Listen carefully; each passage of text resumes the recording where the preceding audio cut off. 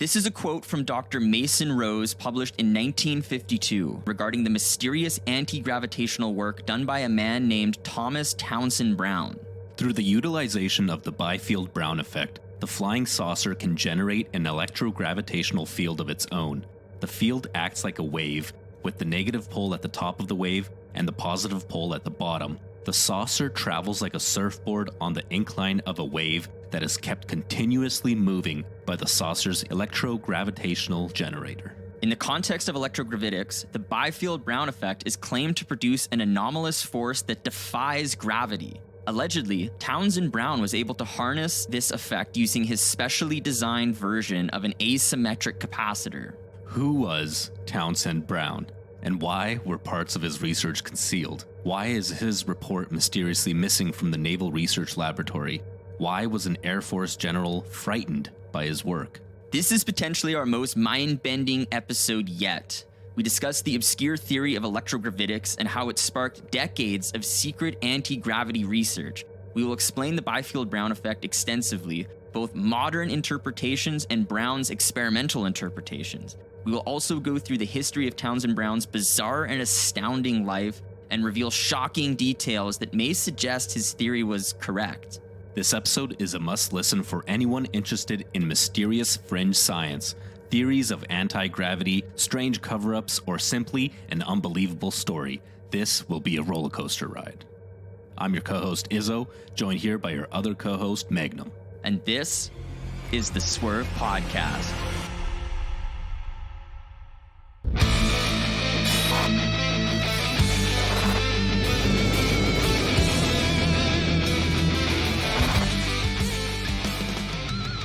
Welcome back, everyone, to the Swerve Podcast. Hope you're doing well. Hope you're ready for an amazing episode. This is going to be one of the craziest episodes we've ever done. It has an ungodly amount of research that was put into it, and the story is just crazy. But before we hop into today's topic, if you're a first-time listener and you're wondering what you've stumbled across, we're the Swerve Podcast, and we do deep research on topics that swerve off the mainstream path, and then talk about them in an uncensored way that's not boring. Here, we like to prioritize listener-requested topics, preferably topics that we know little to nothing about, doing the extensive deep dive research so that you don't have to, all in line with our overall mission to understand everything in the universe, one obscure topic at a time. Typically, we cover fun conspiracy stuff, fringe or cutting-edge science, forgotten or alternative history, strange myths, urban legends, consciousness, UFOs, true crime, the paranormal, or unexplained mysteries. But before we get into the basics of today's topic, Izzo, I think you have some words to say to our listeners about our tradition. Yes, the tradition is that we like to drink while we record these episodes, and we invite you to drink along with us. So we do a quick round table here, just sharing what we have. So I'll start us off here. I have a IPA, but it's called a Galaxy IPA, and the can looks pretty cool, and you can see it on our Instagram when it's posted, so I thought it was fitting for the episode. It's a pretty good beer. Yeah, what about you? What do you have? I have two space-themed drinks today. The first one, let's see if you can see this. This is a black vodka cran. It's got black vodka, cranberry juice, and then it might be hard to see, but you see the little glitter. There's a little shimmer to it. It looks like deep space with stars because it has, I don't know. I don't even know what it's called. It's got some kind of glitter in it. That's actually pretty funny because I was like, what, did you put glitter in there? And you're like, yeah, actually I did. There's some kind of edible glitter in there. I don't know. And then I have, because this is going to be such an epic episode, I have a secondary cocktail on deck. This is a Galaxy drink. I'm just going to call it a Galaxy drink. It's got coconut rum, pineapple juice, blue curacao, and then also a purple edible glitter. So it's got like, it looks like a galaxy swirling in this thing. Yeah, that does look pretty cool. We'll have those drink recipes on our Instagram, Twitter, and Facebook pages if you're interested in those recipes or what they look like. They're pretty dope. I think it's a good time to hop into the basics of today's topic. Yeah, let's do it. Anti-gravity. This is a very broad topic. We actually had this was the topic that won our March 2024 voting block. by a significant margin. A lot of people voted for this. A lot of people are interested in anti-gravity.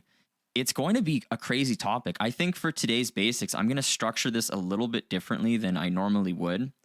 I want to start, I have some shout outs I want to give, and then I have a basic outline of what we're going to go through. First and foremost, great resources forming the backbone of today's episode. There's 2 papers specifically. The first is History of Electrogravitics, and then the second is Review of Electrogravitics and Electrokinetics Propulsion. And both were authored by this guy named Dr. Thomas F. Vallone of the Integrity Research Institute, published back in 2013 and 2015, respectively. Crazy stuff is going on. People are writing about anti-gravity, and it's kind of interesting.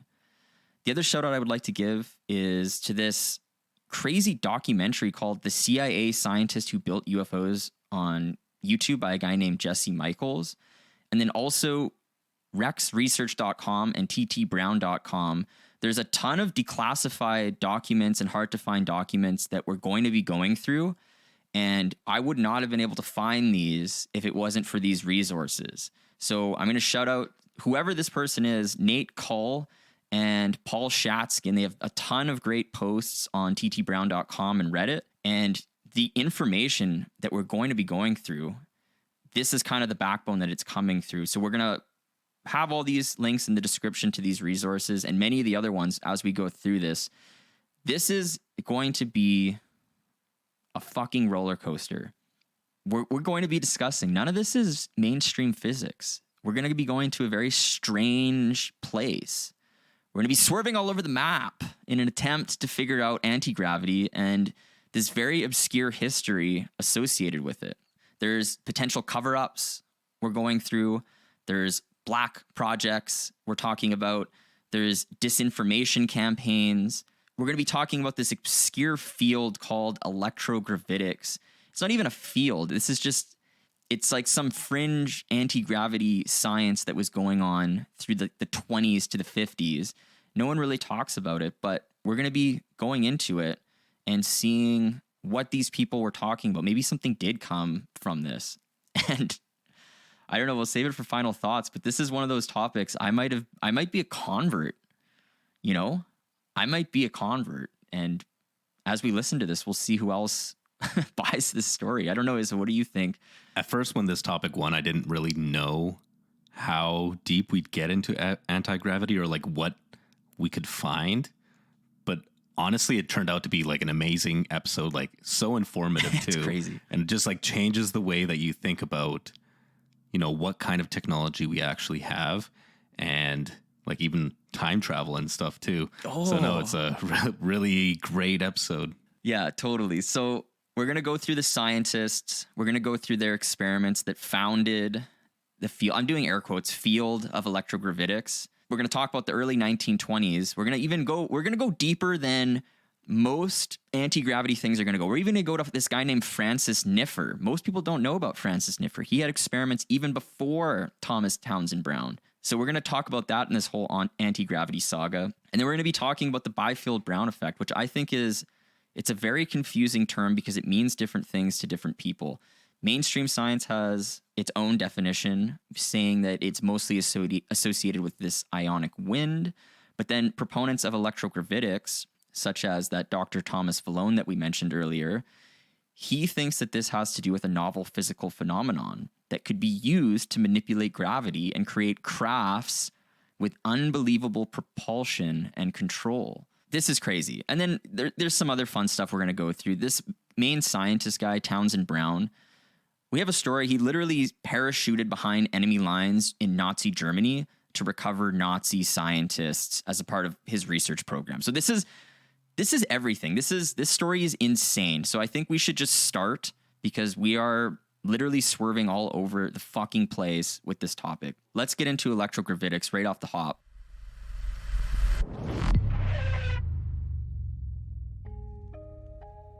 We all have heard claims of crafts being sighted that appear to defy gravity, or claims of extraterrestrial anti-gravity technologies in the possession of the government. This is popularized by the Bob Lazar story and also the recent 2023 congressional UFO hearing. But What if I told you that there was a man-made technology claimed to harness and control gravity as a means of propulsion, and that it was created almost 100 years ago in the 1920s? What? This is what we're talking about today. This is a strange fringe theory of electrogravitics. To start this section, I have a quote from Michael Faraday. This is a very famous physicist. He is most known for unifying electricity and magnetism. This is a quote from him in 1865. Quote, "The long and constant persuasion that all the forces of nature are mutually dependent, having one common origin, or rather being different manifestations of one fundamental power, has often made me think on the possibility of establishing by experiment a connection between gravity and electricity. No terms could exaggerate the value of the relation they would establish." End quote. So electrogravitics, this is a niche branch of pseudo-physical principles that alleges that high-voltage electricity can generate propulsive forces by somehow manipulating gravity. This term emerged from the work of Thomas Townsend Brown in the late 1920s. And I want to just reiterate, this is not mainstream physics. So like if you were to go Google this, you're not going to get papers from really, I don't know, any source other than kind of obscure people who are still talking about it today. In short, there's a particular apparatus that Thomas Townsend Brown used, and it's termed an asymmetric capacitor. We're going to talk about this extensively later, but for now we just need to know the term asymmetric capacitor. This is what's used to allegedly create self-generated gravity that can pull whatever system is attached to it along, kind of like a surfer riding a wave, is how it's been explained. Put another way, electrogravitics uses electricity to create a force that depends on an object's mass. It's also been referred to as a synthesis of electrostatic energy use for propulsion. Essentially, proponents of electrogravitics, they believe that electromagnetism and gravity are related. In the same way Michael Faraday thought magnetism and electricity were related, and they actually were two sides of the same coin, these people are like, well, let's take electricity another step forward, and maybe we can unify it with gravity in some way. That's the idea. But that is completely counter to what physics is today. Physics, there's four fundamental forces of nature: the strong nuclear forces, the weak nuclear forces, gravitational forces, and then electromagnetic forces. That's the foundation of physics. And basically they're saying those last two, electrogravitics is claiming to marry those two fundamental forces in some novel, unique way that's unknown at present, but maybe was known to Townsend Brown and others, and use electricity to manipulate gravity. And we'll talk about this in much more depth as we get through this. One of the chief mechanisms that people who believe the whole electrogravitics thing is harnessing the Biefeld-Brown effect. They think the propulsion is due to some novel physical effect, and they're referring to it as the Biefeld-Brown effect, and in a different way than would normally be referred to as the Biefeld-Brown effect. Typically today, if you were to search that in Google Scholar, look for papers studying it, it's all about ionic wind. That's much different than what proponents of electrogravitics are referring to when they talk about the Biefeld-Brown effect. They're talking about something different. So it's a little confusing, but we're going to talk about this a lot in the next section of this podcast. Now, discovery of the Biefeld-Brown effect is credited to Thomas Townsend Brown. I don't even know really what he is. We'll get through it, but he's just like, is he a physicist? Is he CIA? Is he like, he's just kind of everything. Yeah. He's a man of many trades, like a rogue genius, something strange like this. People, that one YouTube documentary was like saying, it's like if you mixed a physicist with like the Dos Equis guy, the most interesting man in the world. Like he's a physicist, but he also does all this other crazy cool shit. Yeah. It's like parachuting into Nazi Germany. It's like, It's crazy. Brown's mentor was a man named Dr. Paul Alfred Biefeld. Paul Biefeld was a professor of physics and astronomy at Denison University. And fun fact, Dr. Paul Biefeld was actually a former classmate of Einstein. I don't know. I just thought that was really cool. I was like, wow. So this guy's got a really good mentor. Yeah. There's some sketchiness. Some people say that Paul Biefeld never actually meant Townsend Brown, but that's totally wrong because, not to go off tangent here, but there's like letters of Paul Biefeld signing letters saying that Townsend Brown was discovered some anomalous effect. So like they definitely met. Let's save that for later. But I also want to note, this is where the name Biefeld-Brown comes from. Obviously, Townsend Brown and then Dr. Paul Biefeld. Townsend Brown is crediting Paul Biefeld with helping him have discovered this in some way. So that's why it's called the Biefeld-Brown effect. I also want to note, we mentioned this very, very in passing in the basics, but there's another character in this story that kind of started the whole thing, technically. His name was Professor Francis Niphor, and he performed experiments involving electrically charged lead balls in 1918. And there's a lay article published about this in the Electrical Experimenter, which we'll talk about later. Essentially, these experiments were what inspired the studying of the Biefeld-Brown effect, technically. But in relation to this whole electrogravitics thing, I want to mention something pretty important to this whole story, because right now we're just talking about random shit, essentially. There's 2 declassified documents from 1956 that reference electrogravitics. The first is called Electrogravitic Systems, and the second is called the Gravitics Situation. Both of these documents were published by the Gravity Research Group of London Special Weapons Study Unit. So these are real declassified documents.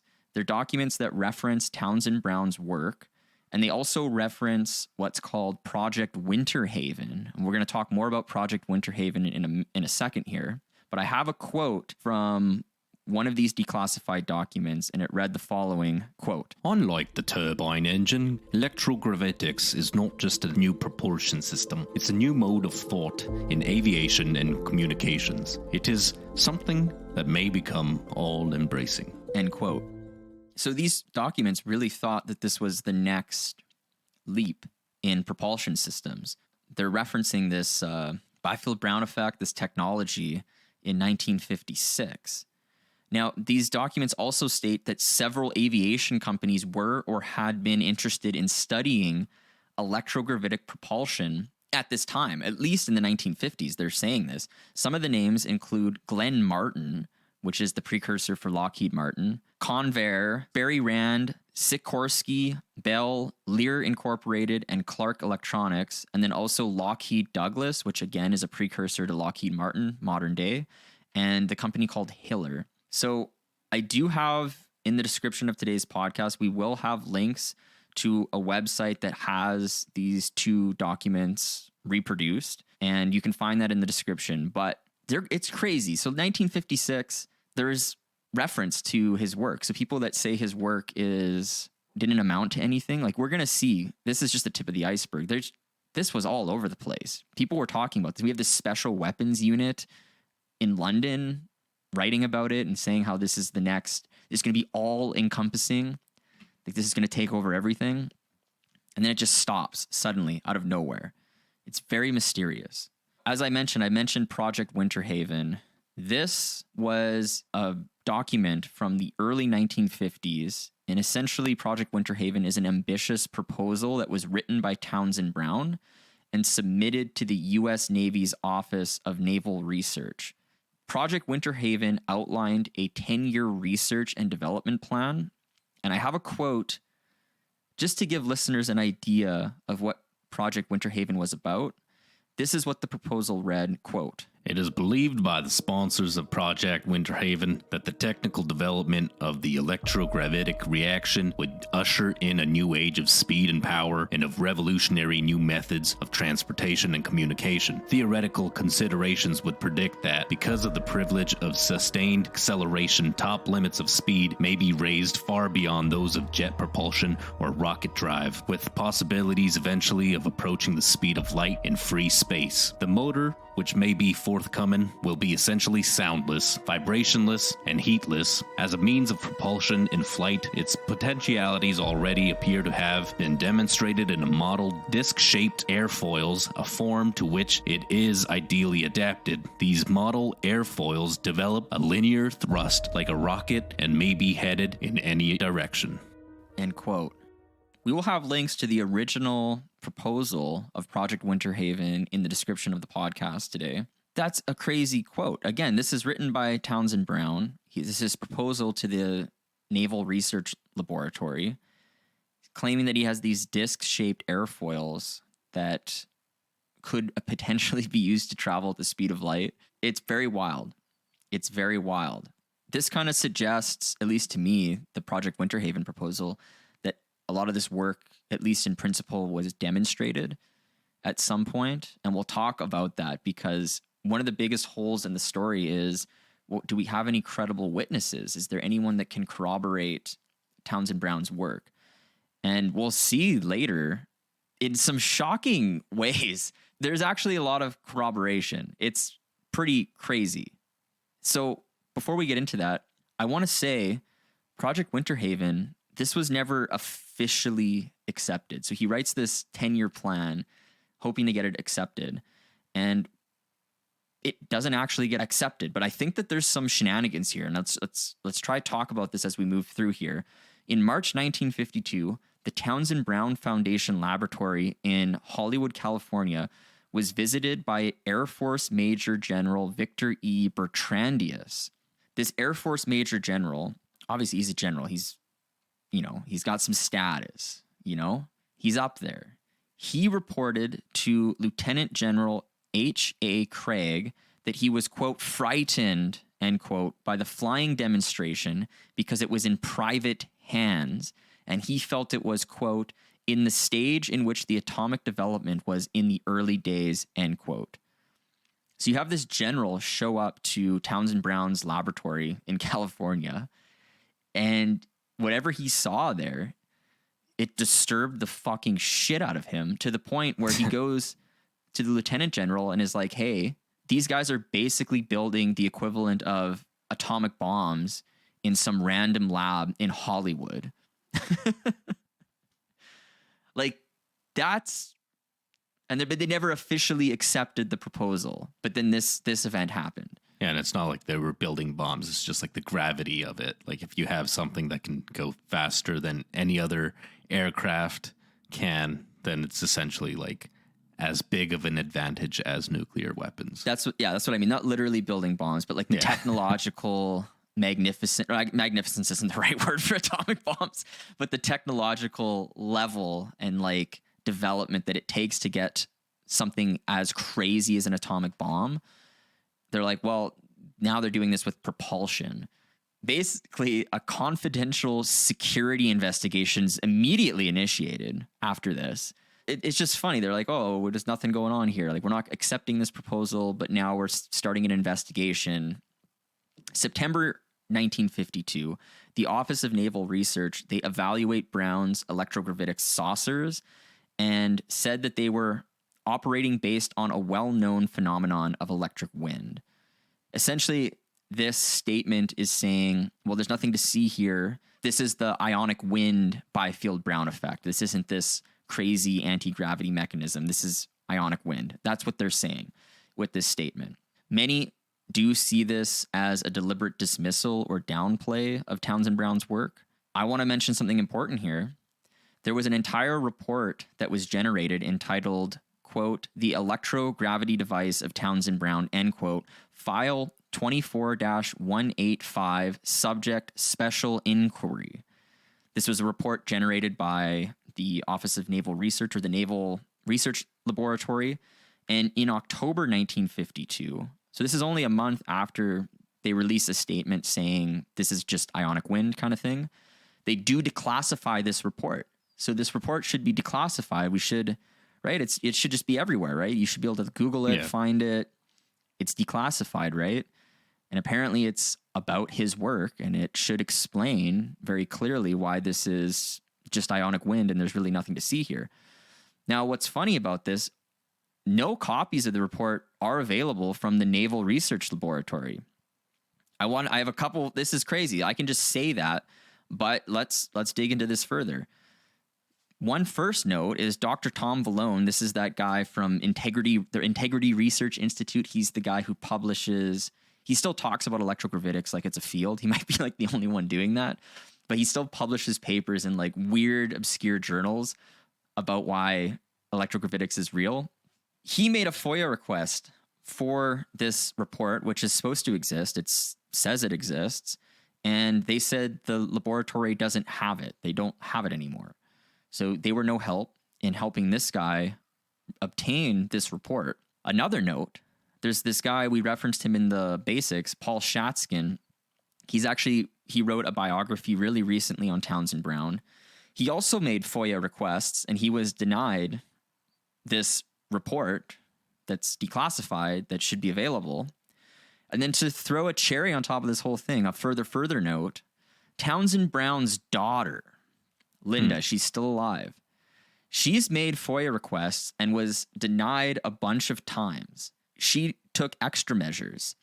Because she's family, she had access to a special access clause, or she could use a special access clause that allows family to access certain things, right, about their family in an expedited or better way. Now, when she made them aware of this, the Navy first sent her the wrong Townsend Brown.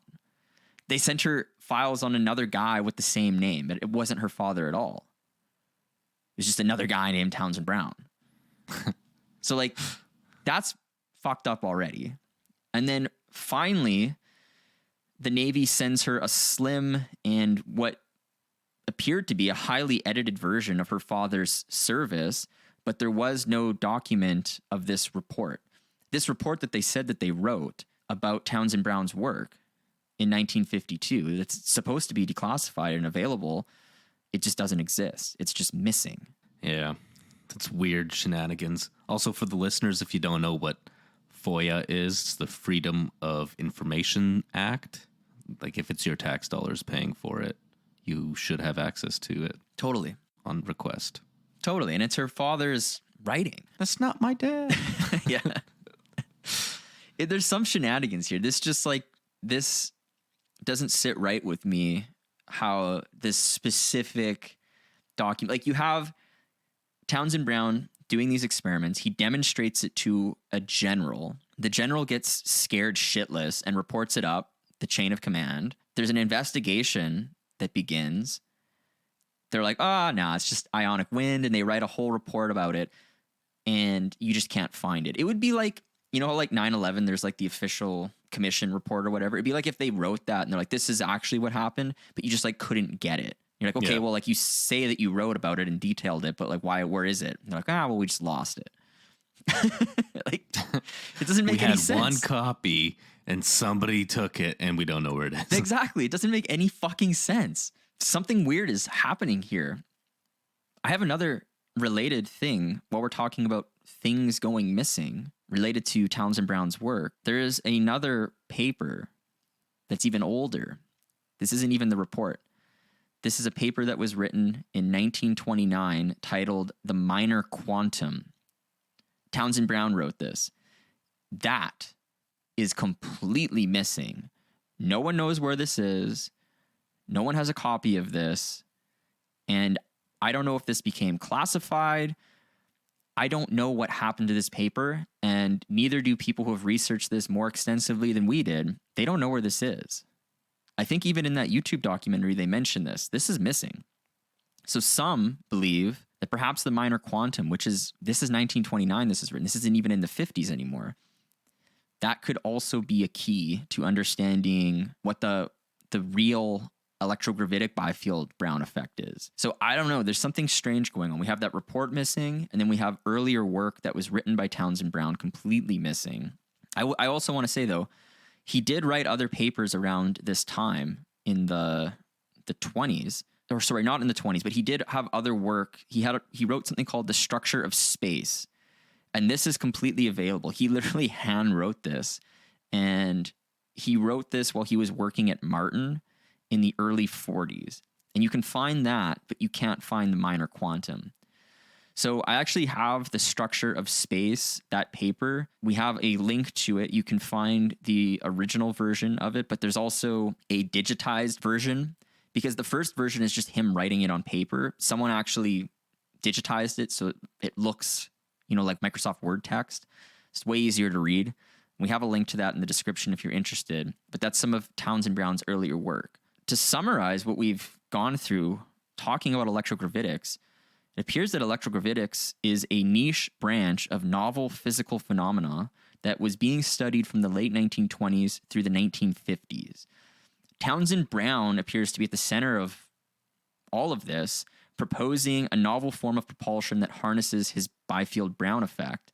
And we know that aviation companies, governments, and defense agencies were interested in Townsend Brown's work, and that the Navy's report on all of this is missing to this day. So what the fuck is going on here? I don't know about you, like, right? This seems strange. No, yeah, of course it's strange. Like, you obviously have this smart guy that's developed something, is being looked at by all these different companies, and then, yeah, like his work is diminished and lost, and yet he still has a career and life. So it's not like he just went missing or was homeless. No, he like kept working and working at these companies that wanted him. It's very weird.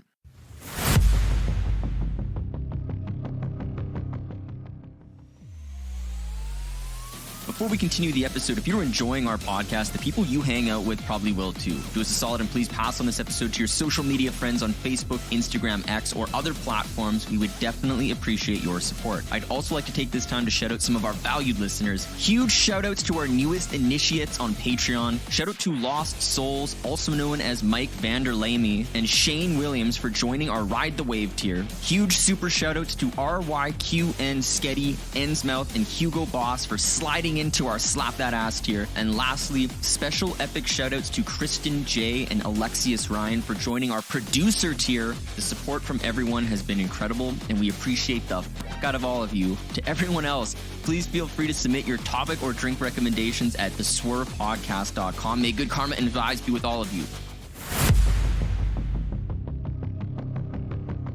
Quickly before we continue the episode, we wanted to share a fellow explorer of the unknown with you. Her name is Danny, and she hosts a cool podcast called The Rabbit Hole Conspiracy Theories. Check her show out when you get a chance. Did we land on the moon? What really happened to Diana in that tunnel? Who assassinated JFK and why? If you find yourself questioning things, you're not alone. Join other skeptics and listen to The Rabbit Hole Conspiracy Theories wherever you get your podcasts right now. Now, I want to take a little bit of a detour before we get into the meat of everything. I want to talk about Francis Niphor. Now, the thing is, many believe that Townsend Brown is where electrogravitic thought first emerged, but there is a New York Times quote regarding a man named Francis Niphor and his electrical gravity work all the way back from 1917. This is a quote from this article. It will be shown that gravitational attraction between the masses of matter not only has been diminished into zero, but has been converted into repulsion, which is more than twice as great as normal attraction. End quote. It's got twice the attraction. It's like Quagmire. Giggity. So Francis Niphor, this guy, he's a professor of physics at Washington University way back in the day.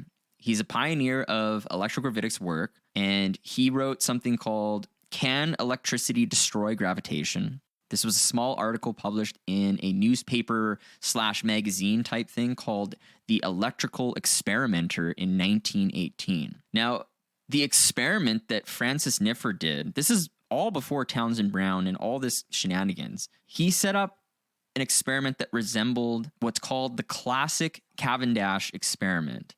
Now, Cavendish, which was performed in 1797 to 1798 by an English scientist named Henry Cavendish. And the Cavendish experiment, this was essentially the first experiment to measure the force of gravity between masses in a laboratory setting. So this was kind of a big deal. If you look up this famous experiment, it's just like giant balls, and there's like smaller balls attached to shit, and you can measure the attraction of those smaller balls to the bigger balls in the Cavendish experiment. And it's the first time that gravity essentially was demonstrated in a laboratory setting, because we know it's all around us, right? The Earth is clearly there's gravity, but they're like, the idea is that mass attracts mass. And they're like, was that really true? And he was able to demonstrate using massive balls in his laboratory that that's possible. Oh my God, Randy, your balls. Yeah, it's going to be hard to get through this section because there's a lot of ball talk. Like there's an excessive amount of ball talk that's coming up. Got to get it out of the system now. Yeah, let's cradle it now. Basically, Francis Niphor, he has a very similar setup, except instead of there not being electricity involved, he's going to apply high voltages, and he's going to use insulation, clever insulation techniques to rule out electrostatic effects. And this is essentially how his experiment was set up. You had two large lead spheres. That's a way better word. I'm just going to call them spheres. Yeah. Two large lead spheres. They're resting on sheets of rubber. And because they're lead, they're just heavy as fuck. They can also be charged, right? Now, there's two small suspended lead spheres hanging from two threads positioned at the sides of the larger spheres, but not touching them. Right? That makes sense. You got two giant lead spheres and then two small lead spheres just kind of hanging from the ceiling. We should also mention the two small lead spheres, they're extensively insulated as well. This is to rule out the electrostatic effects. And there's kind of a few different things that happen here. First, as one would expect, the large metal lead spheres, they do exert gravitational pull on the small lead spheres, and you can measure this. And this makes sense based on, the classic Cavendish experiments and the current and present understanding of gravity, right? Mass attracts mass, nothing crazy there. So he replicated the Cavendish experiment, right? And that makes sense. That's not surprising. Here, where's the first difference comes in. So he's going to apply an electrical current to this experimental setup. And in one of these experiments, the masses were repelled. In other words, the normal gravitational attraction had been nullified and changed to repulsion. Okay, so this is kind of weird already. One might be like, oh, this is just due to electricity, which obviously is the case. But you have to remember he had these clever insulation techniques so that the idea is that the electricity shouldn't be repelling anything. There's some other novel effect occurring, is the idea. Now, what happens next, this is where things do get very strange. To confirm his results, Niphor replaced the two large solid lead spheres with two hollow metal boxes that were filled with loose cotton. So the idea here is that these hollow boxes, they have practically no mass when compared to the large lead spheres. And they're also resting on insulators. So they're insulated and they have way less mass. So that's kind of what he's trying to account for, is still have metal, but have the mass removed as much as he can. Now, the metal boxes were charged in the same way that the solid lead spheres were charged in the earlier version. But what's interesting, not the slightest change in the position of the small lead balls could be detected. Interesting. The conclusion here, if the repulsion and the gravitational nullification effects were solely due to the electricity being applied, in other words, electrostatic or electromagnetic effects between the large and small masses, we would have expected to see the two spheres be repelled here. But when we removed the mass, i.e. used the metal boxes instead of the large heavy lead spheres, they saw that the repulsive effect was lost. So the article refers to the effect as being based on, quote, true interatomic electrical reaction, end quote, and not the electrostatic or electromagnetic effects between the large and small masses. I should also mention, the article does mention that in Niphor's experiments, gravity was not, they weren't only able to nullify gravity using electricity, high voltages, but they were also able to reverse it. Allegedly. This is alleged. That's very interesting. That's kind of weird, right? Like, if there's merit to this experiment, yeah, the fact that everything's insulated to try rule out electrostatic effects, And then the fact that they remove, it's like the mass matters. If you're applying a high voltage to a mass, it's the combination that really matters for this gravity nullification effect. I'm not saying I truly believe it or that this has been replicated. I'm just saying, if you take this at face value, this is pretty astounding shit. Yeah, it is. It makes me wonder, like, why has no one, and I tried to find instances of this, just like rogue Reddit scientists. This seems like something you could easily replicate. Like if you just got a garage, that you could set up a Cavendish experiment. Like universities do this in like undergrad physics labs, you know what I mean? All the time. You could just buy giant lead balls. That's our sponsor for today's episode, giantleadballs.com. use promo code the Swerve podcast. Something big lead doesn't want you to know. Yeah. Prior to this magazine or newspaper article, Francis Niphor, he did previously publish his theory in, I don't know if this is a journal or whatever the fuck this is in the early 1900s, Gravitation and Electrical Action. So he did have several other papers before this like lay summary in this magazine. But it's actually really, really hard to find the original sources because a lot of his original work, it's behind paywalls. What? Yeah, dude, it's insane. You try find Francis Niphor's early work, like his actual papers, not just this lay summary in this magazine or newspaper thing.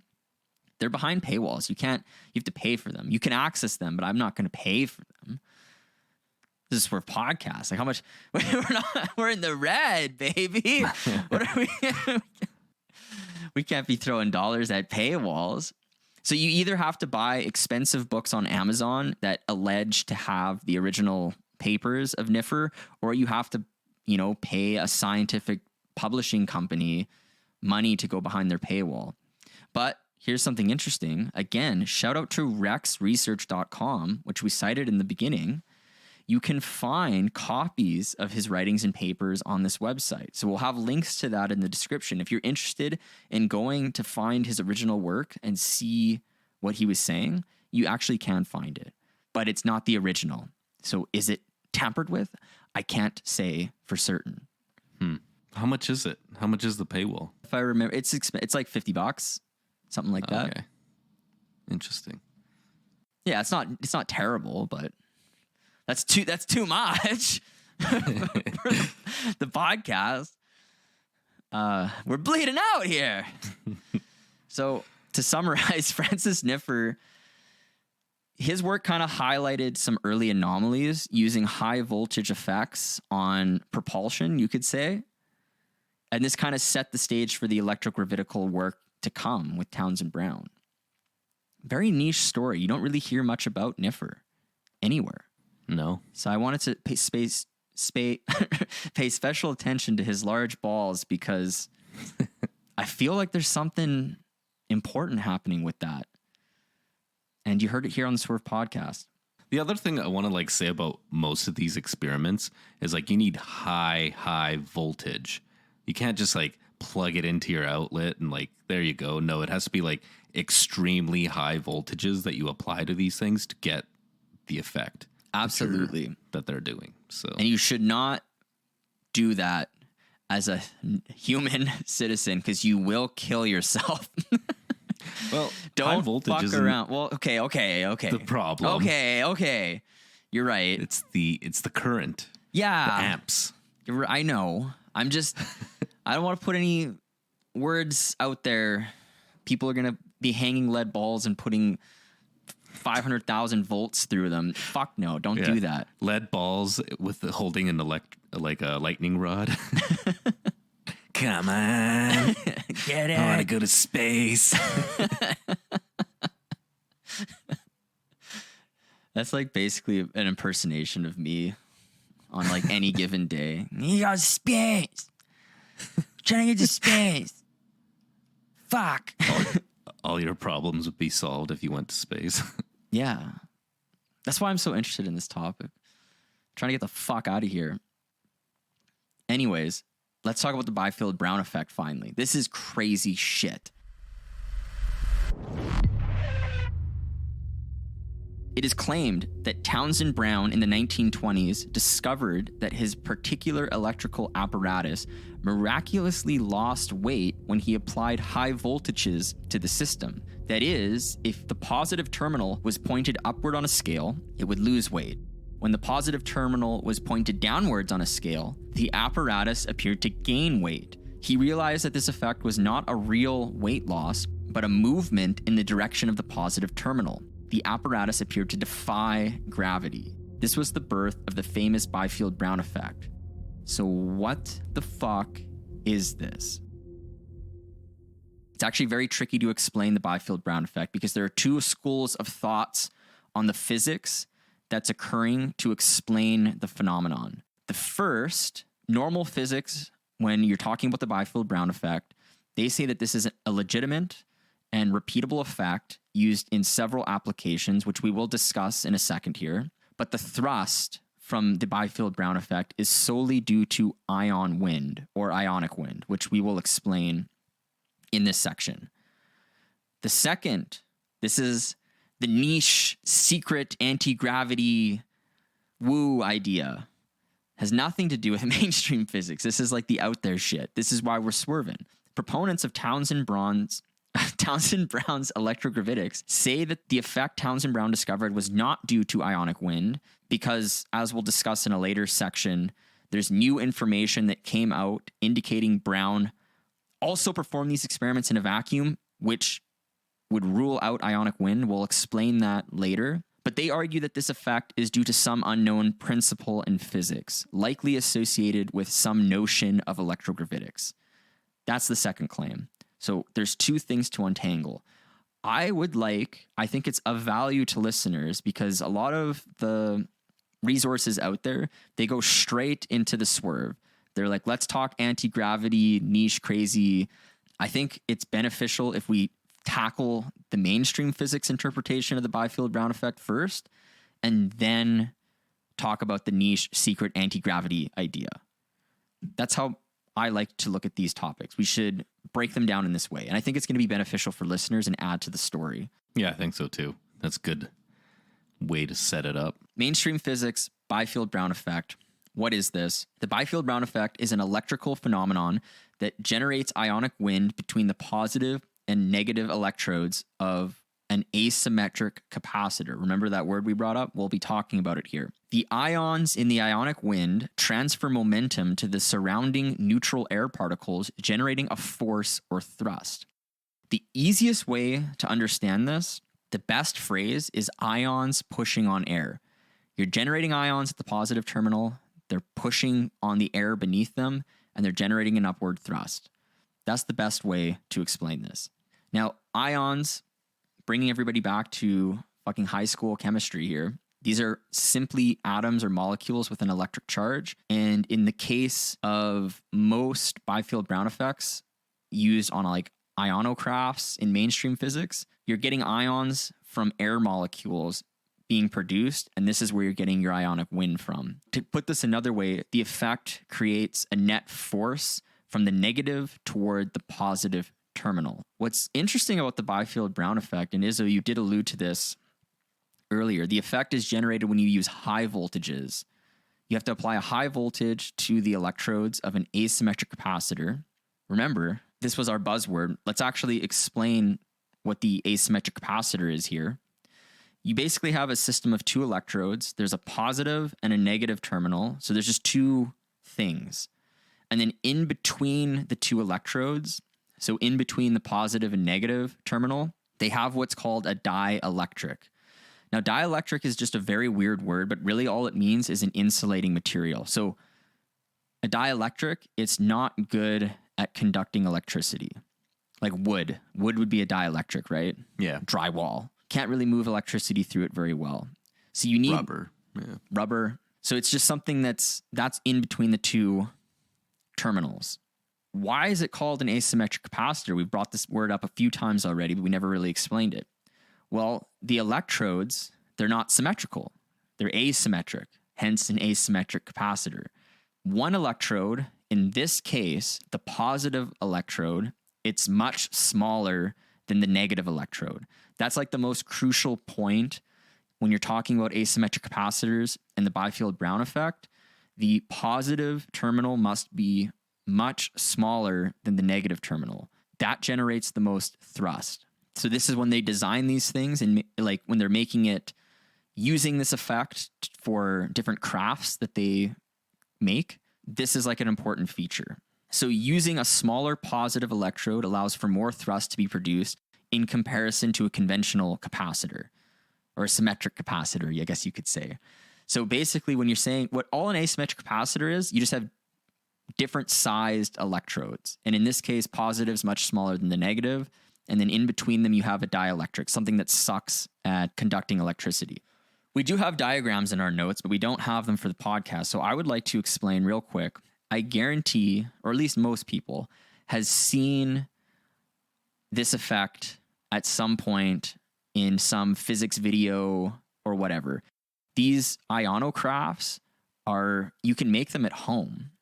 You can actually make these at home. It's doable. All it is, if I were to describe what it looks like, picture a triangle. You have 3 popsicle sticks on the vertices of the triangle. And then attached to those popsicle sticks in a triangle formation, you have aluminum foil, okay, on the base of the popsicle. So you have like a thick band of aluminum foil on the base. And then on the top of the popsicle sticks, you just have a thin wire. We've just made an asymmetric capacitor. The thin wire. Thin copper wire, yeah. Yeah. The thin wire is just, that's your positive terminal. And it's much smaller than the aluminum, which would be your negative terminal. So when you run electricity through this, they're called, you could call it an ionocraft. It sounds really cool and like scientific, but it's just like a lifter. When you apply the electricity to it, you generate an ionic wind. Those ions are pushing off neutral air, so it gets upward thrust. You can make one of these. I have a YouTube video. We'll link it in the description. It's an at-home asymmetric capacitor or lifter. You can build one yourself. Kind of cool. I kind of want to do it. I think we should. Yeah, we should, just to say we did it. Yeah. This sounds complicated, but it's really not. An asymmetric capacitor that makes ionic wind, it's just a few ingredients. You need a positive terminal. You need a negative terminal. You just need to ensure the positive terminal is smaller than the negative terminal. Then you need a dielectric. In the case of the lifters, the dielectric is just the air. That's all it is. It's what's called a fluid dielectric. And remember that. Fluid dielectric, not necessarily the same thing Townsend Brown was doing in any way, shape, or form. Then you need a high voltage. If you have that, you can generate ionic wind. Now, what's actually really interesting, this was actually a fun part of the research because I like digging into the science of things. So why would you care about this? Like, why are scientists looking at this? Like, MIT is looking at this. Why are they looking at this? Well, if you produce ionic wind using an asymmetric capacitor, this allows thrust to be developed with several advantages. The first is there's no combustion. So this is green, baby.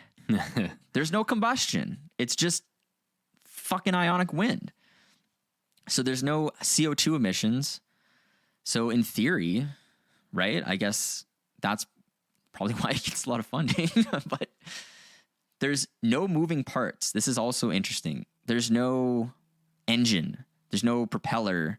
So it's easy to design and maintain. Like I said, there's like 4 things you need. Positive terminal, negative terminal, dielectric, and high voltage. That's it. There's no sound. So these lifters, and the more advanced lifters that people work on in labs, they don't have sound. So obviously you can see advantages over, say, a drone. If you can control an ionocraft, there's no sound.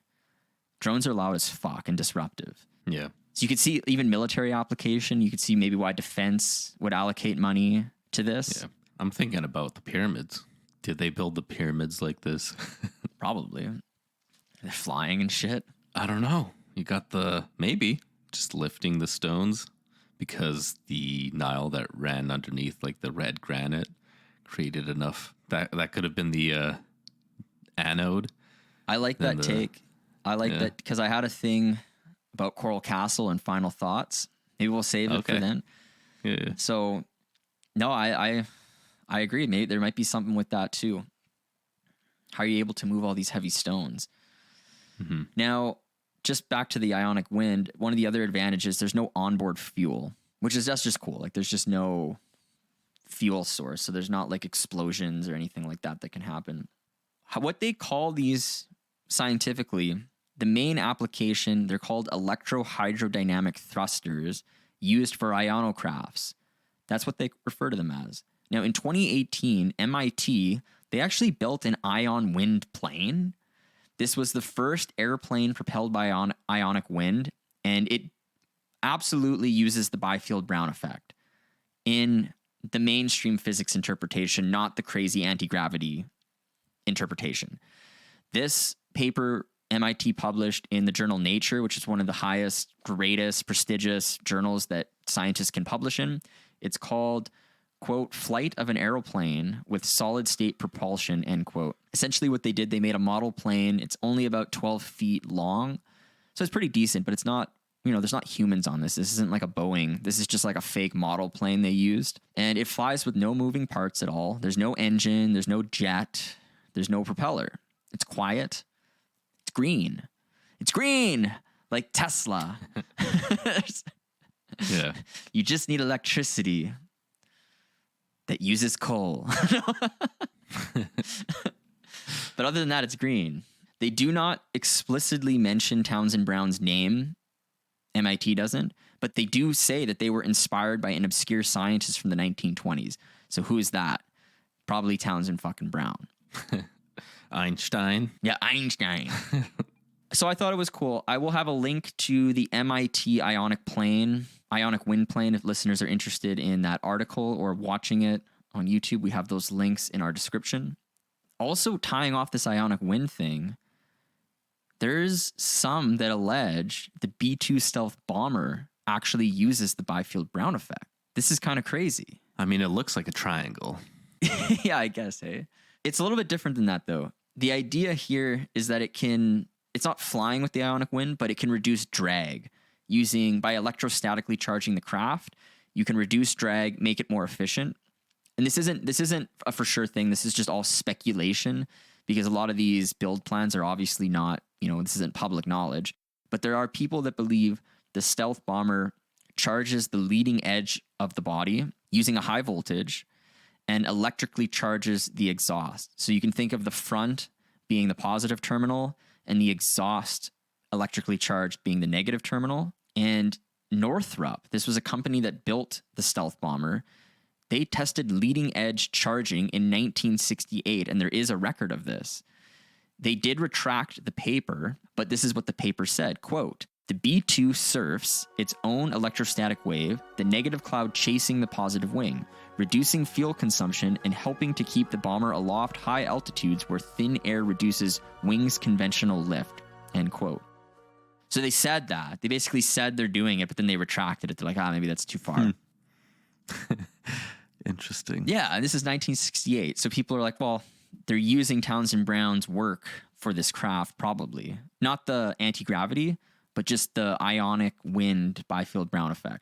And I think it also minimizes the detection on radar as well because of this electrically charged kind of edges of the stealth bomber.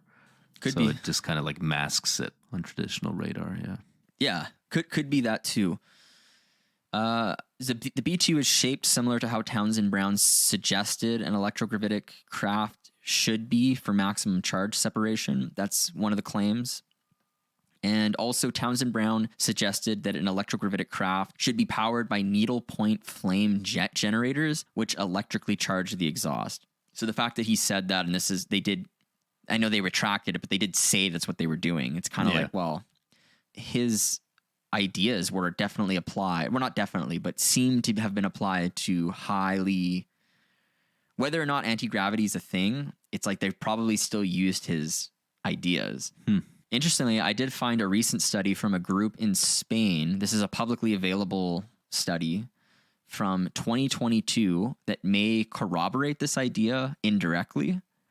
It's called, this is what the paper's called, Analysis of the Efficiency of the Electrohydrodynamic Propulsion Based on the Biefeld-Brown Effect for Manned and Unmanned Aircrafts. And this was published in the journal Applied Scientists. I have a little quote from the end of their discussion in the paper. They said, quote, an electrohydrodynamic thruster could be installed in both the leading edge or the wing tips to reduce drag even more, especially nowadays when fuel consumption, fuel prices, and emissions are issues of great social and environmental impact, end quote. So it's funny, like, they're just researching this on their own. Like, they're not researching stealth bombers and stuff, but they basically said, oh, you could use this to reduce drag. And it's like 2020. This was known in like 1968. Like, Townsend Brown had already, they definitely already did this, but it's like just 2022. Like, regular labs are like catching up kind of thing. Yeah, that's crazy. Like, you want to be green when you're bombing other countries? Yeah, use this technique. Yeah. That would totally be an ad. Like, wait a second, we can't bomb everyone to death. It's going to be bad for the environment. And they're like, wait a second, we have the Biefeld-Brown effect. And they're like, oh, okay, we could kill everyone. It's safe and green. Yeah, pretty much. That's like literally how the world safe, thinks. Safe, green, and gay. Yeah. Oh, that's good. It's interesting. They have the same thoughts for the Biefeld-Brown effect, but it's not a private study. It's just publicly available, so you can find it. I just thought it was fun because you're definitely not going to find the study that did that for if they do use it for the stealth bomber. Yeah, definitely you're not going to find that. So if I start driving around in a triangle-shaped car, you know what's up. I'm trying to cut down on gas. Okay, so I will have a link to that Spanish group study if you're interested in it. The Biefeld-Brown effect with their little model planes and stuff. It's kind of interesting. There is a link to that in the description. But to summarize the Biefeld-Brown effect in the mainstream perspective, it is a real effect, and it's studied as a mechanism to power ionocrafts, and it's mainly studied in the context of ionic wind to create thrust. This is real. This is repeatable, the ionic wind at least. And I want to mention here, I think this is important because even if Townsend Brown's electrogravitic work and that weird Biefeld-Brown effect is not real, his work had immense value. It's like they're using it in present day engineless ionocrafts, and it also might have been used in the stealth bomber or maybe even other military crafts, and we wouldn't even know. You can't say that this guy is like a quack or anything. Like, he's definitely, even though he's a rogue inventor, he was doing crazy shit. Well, like other scientists that Thomas Townsend Brown talked to or like shared his ideas with, like, they were blown away by his like theories and stuff and like how it would work. So like you had people like Edward Teller, who was like the H atomic bomb guy, hydrogen atomic bomb. You had even like Einstein, liked his theories of where things were going. And then like Oppenheimer as well. All these people, well-known physicists, were like, they knew about Thomas Brown and were like amazed by his work. Yeah, he was doing some shit. So it's no joke. It's no joke. So let's get into the niche secret anti-gravity side of the Biefeld-Brown effect. Let's do some more swerving here. I would like listeners to imagine what we're going to talk about next. This is the easiest way to get what Townsend Brown was doing. Imagine the following.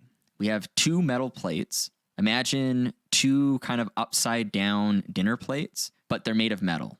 Now make one smaller than the other. So you have a small plate and a big plate. And then what we're going to do is we're going to take a neutral insulator or a dielectric, and we're just going to put it in between the two metal plates. So we have a small metal plate on the top. Underneath of this, you have the dielectric. And then on the bottom, we have our large metal plate. And then what we're going to do is we're going to make it so that the top smaller plate is positively charged and the bottom larger plate is negatively charged. And what we've done in our brains, we've made an imaginary asymmetric capacitor. This is essentially and allegedly what Townsend Brown created for his real experiments. Now, we did mention this before, but we weren't explicit. What we're applying to this is extremely high voltages. This is voltages on the order of 250 kilovolts to 1000 kilovolts. So a normal household outlet, just to give listeners a perspective on how fucking nuts that is, your normal outlet is 120 volts. He's using 250,000 to 1 million volts. That's a lot. Yeah. It was claimed that this setup, this imaginary asymmetric capacitor we just thought of, this setup would cause the bottom negatively charged plate to chase the top positively charged plate, generating thrust. This is the idea, right? Now, it's important to mention here, Brown used disc-shaped systems. They literally look like miniature flying saucers, and he claimed that this design offered the most optimal performance. His prototypes, they actually literally look like small-scale UAP. And maybe we'll have some photos of that on our social media later. But that's what they looked like. It's very weird. You can see how this gets very woo very fast and ties into the phenomenon thing. Yeah. I have some important points to make about the niche secret anti-gravity idea. The first is the dielectric that Townsend Brown used was completely solid. There's no air between the terminals that his ionocraphs would use. I mean, I shouldn't call them ionocraphs, but a typical ionocraft, right? We were saying they have that layer of air as the dielectric. Yeah. It's a fluid dielectric. His is solid, completely solid. So this is one reason proponents of electrogravitics do not think Brown's experiments had anything to do with ionic wind. He used a solid dielectric system, not a fluid dielectric system.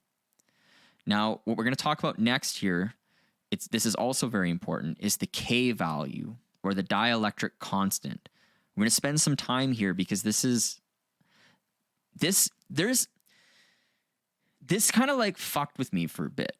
So we didn't bring this up earlier, but a K value of a dielectric, remember the dielectric is just an insulator. It's just not good at conducting electricity. The dielectric constant indicates how much a material can increase the capacitance of a capacitor compared to a vacuum. So if we're going to say that in a different way, the dielectric constant, or the K value, quantifies how much a material's ability to store electrical energy in an electric field differs from that of a vacuum. So all we're saying here, the higher the dielectric constant, or the higher or bigger the K value, that means the material can store more electrical energy per unit volume when in an electric field. All that means the higher values suck at conducting electricity. You could just, all of that, I guess we could have just said that. Now, with Townsend Brown's experiment, the K value of the dielectric was very important. The higher the K value, the greater the effect, the more thrust they had. You could think of it, the higher the K value that they used, the more electrogravitic Biefeld-Brown effect they had. This is what he found. The initial reported experiments that Townsend Brown performed used dielectrics with low K values, but a lot of people allege and think that he used much higher K values later on. And they think this is an important piece of maybe why it hasn't been recreated. So a quote from Electrogravitic Systems. This was, if you recall, one of the declassified documents from 1956 that was reported by the Gravity Research Group of London Special Weapons Study Unit. This is what that paper said regarding K values. Quote, with air as one, current dielectric materials can yield 6, and use of barium aluminate can raise this considerably. Barium titanium oxide, a baked ceramic, can offer 6,000, and there is promise of 30,000, which would be sufficient for supersonic speed. End quote. So they're referencing the idea that the higher the K value, the more effect you have. Because the more energy it's stored, thus when you release it, you have all that energy being released. That's speculation. I don't know. We're dealing with novel physical phenomena. We have no idea. All we know, I guess that's just how I think about it. Yeah, but we don't know. That's the thing. It's somehow, according to Townsend Brown and Francis Niphor, if you charge a large mass You can nullify gravity. This is where I just like feel like I'm like, what the fuck are we even talking about here? Like, but let's keep going because this is crazy. This is where things start melting my brain, and I start putting on my hat, my tinfoil hats. Asymmetric tinfoil hat. I'm just like on the ceiling. Ah. You're sitting in a tinfoil plate with a tinfoil hat. Oh my God.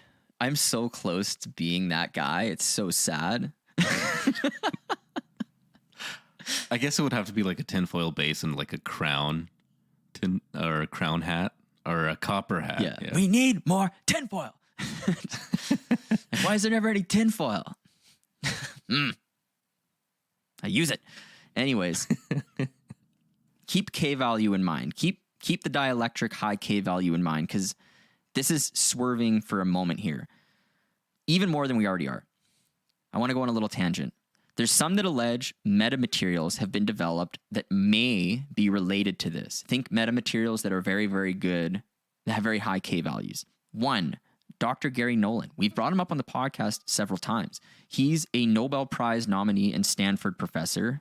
He has, this is real, he has bismuth that he recovered from an alleged UAP crash site. We can't confirm it's a real crash site. We don't know, but allegedly it's a crash site. He went there, got bismuth. He analyzed it. It's reported to have isotope ratios that do not occur naturally on Earth. This indicates this could be some remnant of some type of metamaterial being used, assuming, the UAP crash site is real. That's a huge assumption. But maybe he does have some kind of metamaterial that was recovered.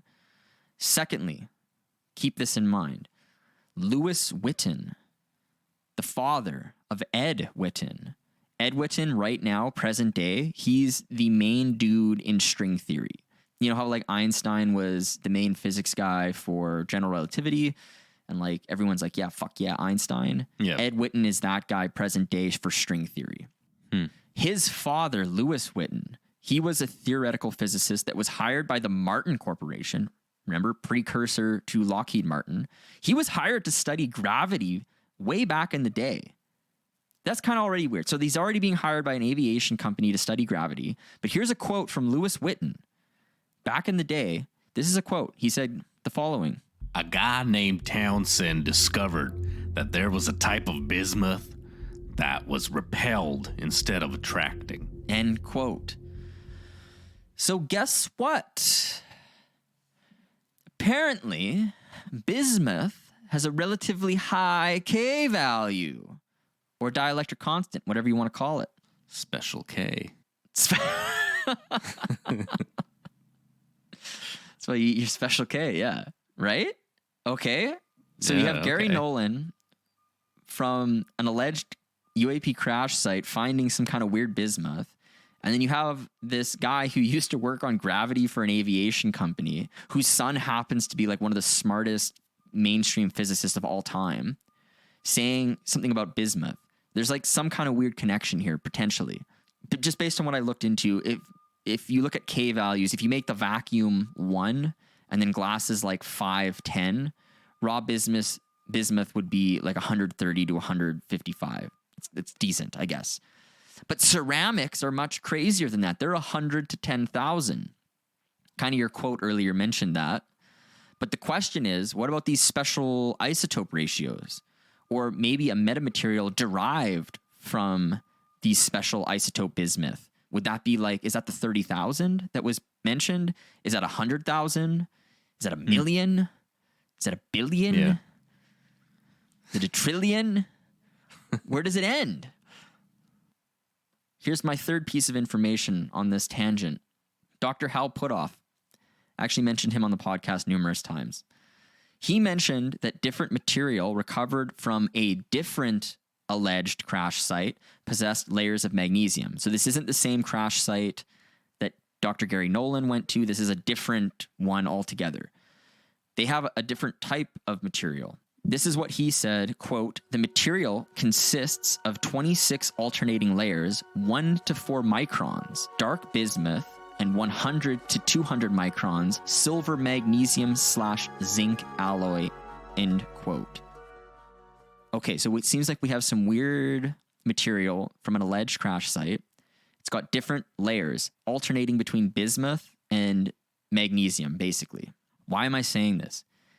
If you go back and look at Townsend Brown's original designs for his gravitators in the 1920s, they are also layered. They have a conductive material, then a dielectric, then a conductive material, then a dielectric, etc., etc. Do you see what I'm saying? It's layered. Yeah.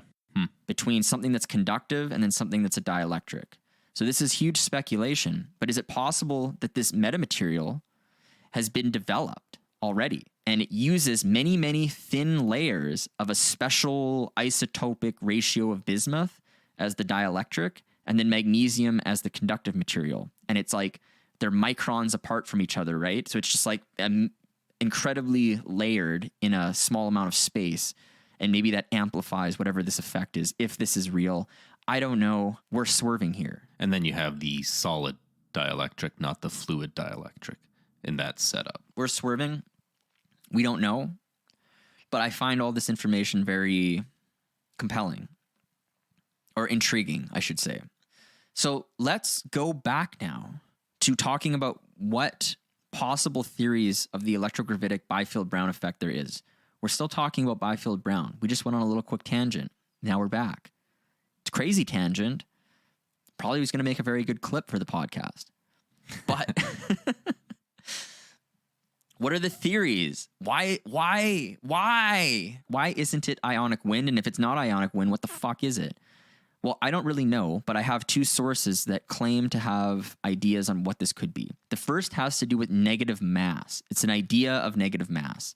We don't have negative mass. We just say mass is positive. But what if you could have negative mass? This was an idea that was written about by a guy named Hermann Bondi. He wrote about negative mass in, quote, Negative Mass in General Relativity, end quote, and this was published in 1957. If you apply Hermann Bondi's idea of negative mass to the Biefeld-Brown effect, it might be something like the following. So let's describe this. Let's listen here, because this could explain what's going on. We already know two masses attract each other gravitationally. This is not controversial. The mass of the Earth is attracted to the sun, the moon is attracted to the Earth, etc. We know this. The Cavendish experiments, they showed this in a laboratory. But what if you could make one of the masses different? What if you could have a negative mass, similar to a negative and positive charge, but negative and positive mass? Apparently, and very strangely, if you could do this, the negative mass would still be attracted to the positive mass, but then the positive mass would be repelled by the negative mass. So you have the negative mass attracted to the positive mass, the positive mass would be repelled by the negative mass, but then the negative mass would be attracted to the positive mass, and so on and so forth. So you would like create a situation where your negative mass object would be chasing the positive mass object essentially into unbounded velocities, if this is true. Unbounded accelerations. Is the Electrogravitics Biefeld-Brown effect doing something similar? Remember Francis Niphor's work? The mass mattered. If you remove the mass, you lost the effect. Yeah. Is this what's happening? Somehow we don't understand mass, and it's being converted to something that we don't really understand because we're applying energy to the system. Remember, E equals mc squared. Mass is just energy, right? There's a relationship. This is where my mind's out of control. In other cases in nature, like you mentioned, positive, negative charges, but then you have, even in the quantum world, like a upspin and a downspin. Like for everything you have, there's the equal and opposite, or the opposite. It doesn't necessarily have to be equal, but like you have it, and then you have the opposite as well, existing somewhere. Yeah, so is it out of the equation that negative mass is a thing? Probably not. Probably not. I mean, like a black hole is negative mass. No, it's like infinite mass, essentially. Oh, okay, yeah, you're right. A white hole. But then a white hole. Yeah. There we go. Yeah. See, like even in that, you have the black hole, you have the white hole. Yeah, dude. Which one do you pick? I don't know. That would be a fun topic, though. We should get into that. There's some crazy theories with white holes. It's not gay.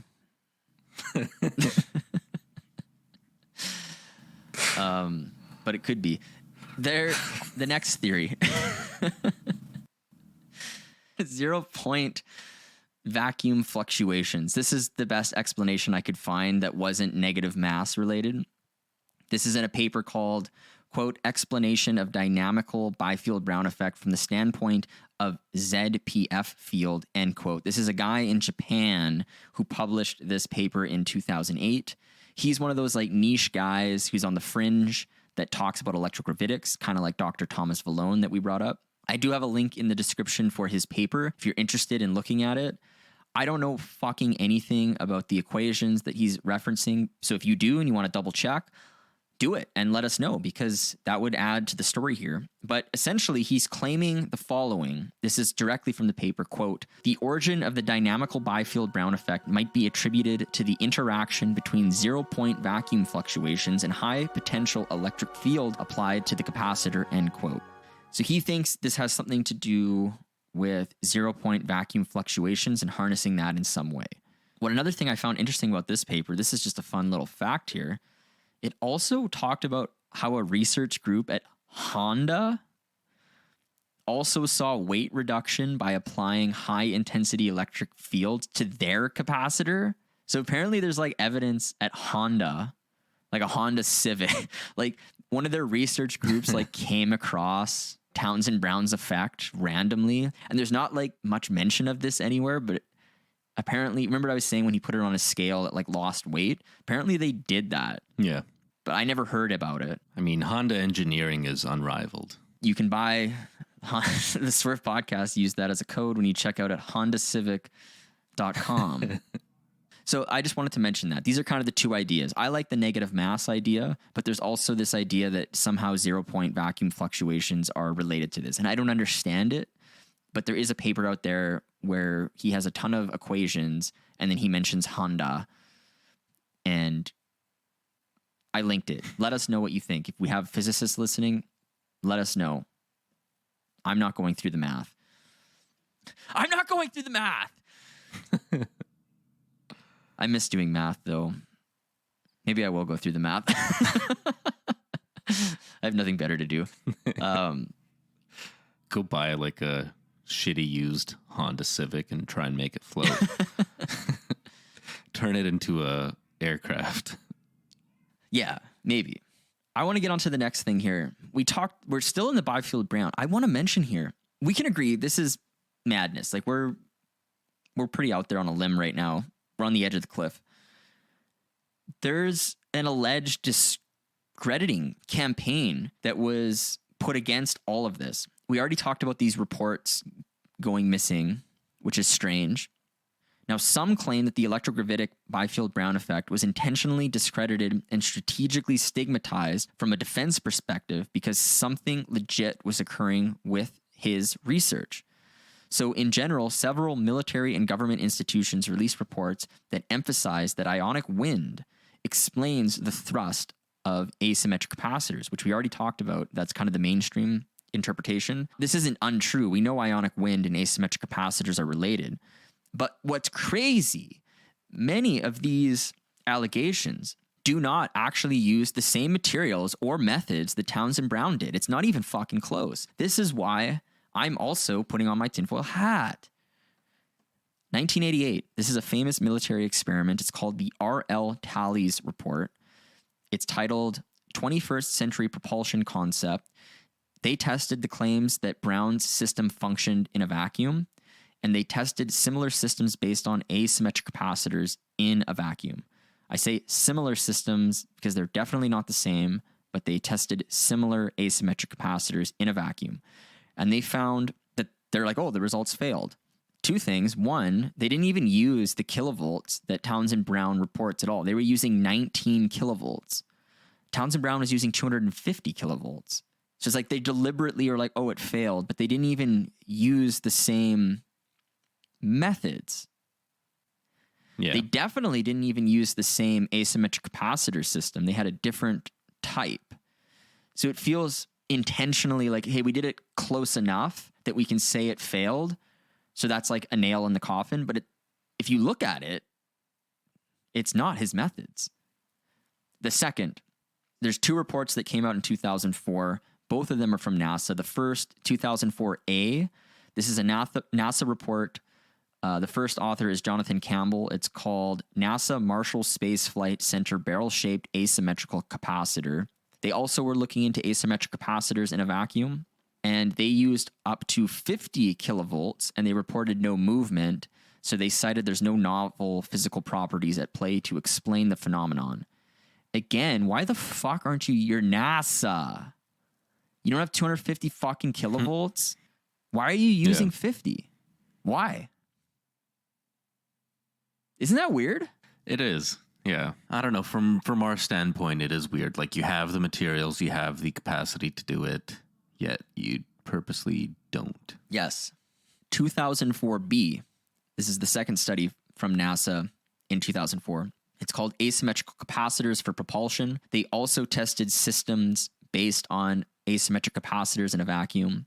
Again, I say based on asymmetric capacitors because they technically did do that, but it is not the same system that Townsend Brown used. They concluded, quote, various websites provide a variety of explanations for the thrust produced by lifters. Explanations vary from electrostatic effects to an interaction between the high voltage components of the lifter and the surrounding vacuum properties of the environment, as suggested by the American Antigravity Organization. Such an explanation, were it true, might also provide hope that lifters and ACTs could provide a propulsive force in a vacuum. Our data did not show any evidence for forces in a vacuum, end quote.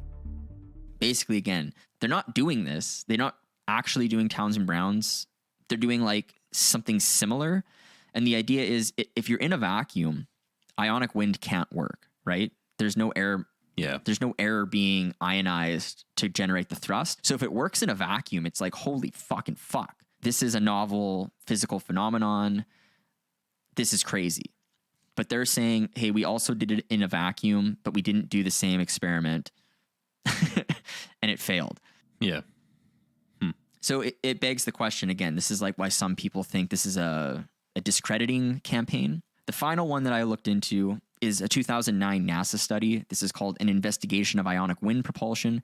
And they concluded, quote, that the use of coronal discharge from an aircraft propulsion did not seem very practical, end quote. Essentially, they're using the word coronal discharge. Others would say ionic wind. They're saying that's not very practical. Again, they're not using the same setup as Townsend Brown did. So the common criticisms, it seems like you have like a military, that 1988 report saying this is fake. And then you have like a very authoritative body that, does good science. I mean, they did allegedly go to the moon, right? They do good science. They should be able to do this. You have NASA saying that we cannot recreate this. And I do believe they didn't recreate it. I just think they didn't use the same methods, which is insane to me. I think they just didn't want to recreate it. Yes, that's what it seems like. So common criticisms are, number one, it's just the wrong design.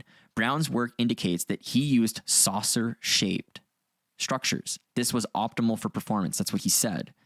The lifters in these studies, they were not the same design. They weren't this saucer-shaped design, which we'll probably have photos of on our social media pages if you're interested in seeing what that looked like. There are photos that came out, and we'll talk about this later, that revealed what this shit looked like.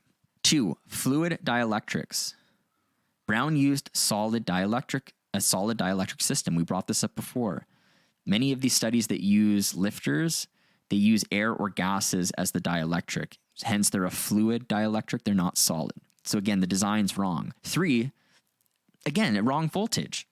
Experiments seeking to claim the Biefeld-Brown effect as ionic wind, they never use systems that employ high voltages on the same scale as Townsend Brown's experiment. I find that one the most bizarre. It's like, just do the fucking same thing.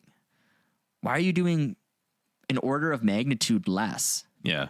And I'm thinking, like, if Thomas Brown was doing this in Beverly Hills, like, he was somehow generating enough electricity in the 20s voltage to do it, and you can't. And NASA doesn't do it. Yeah, in the 20s.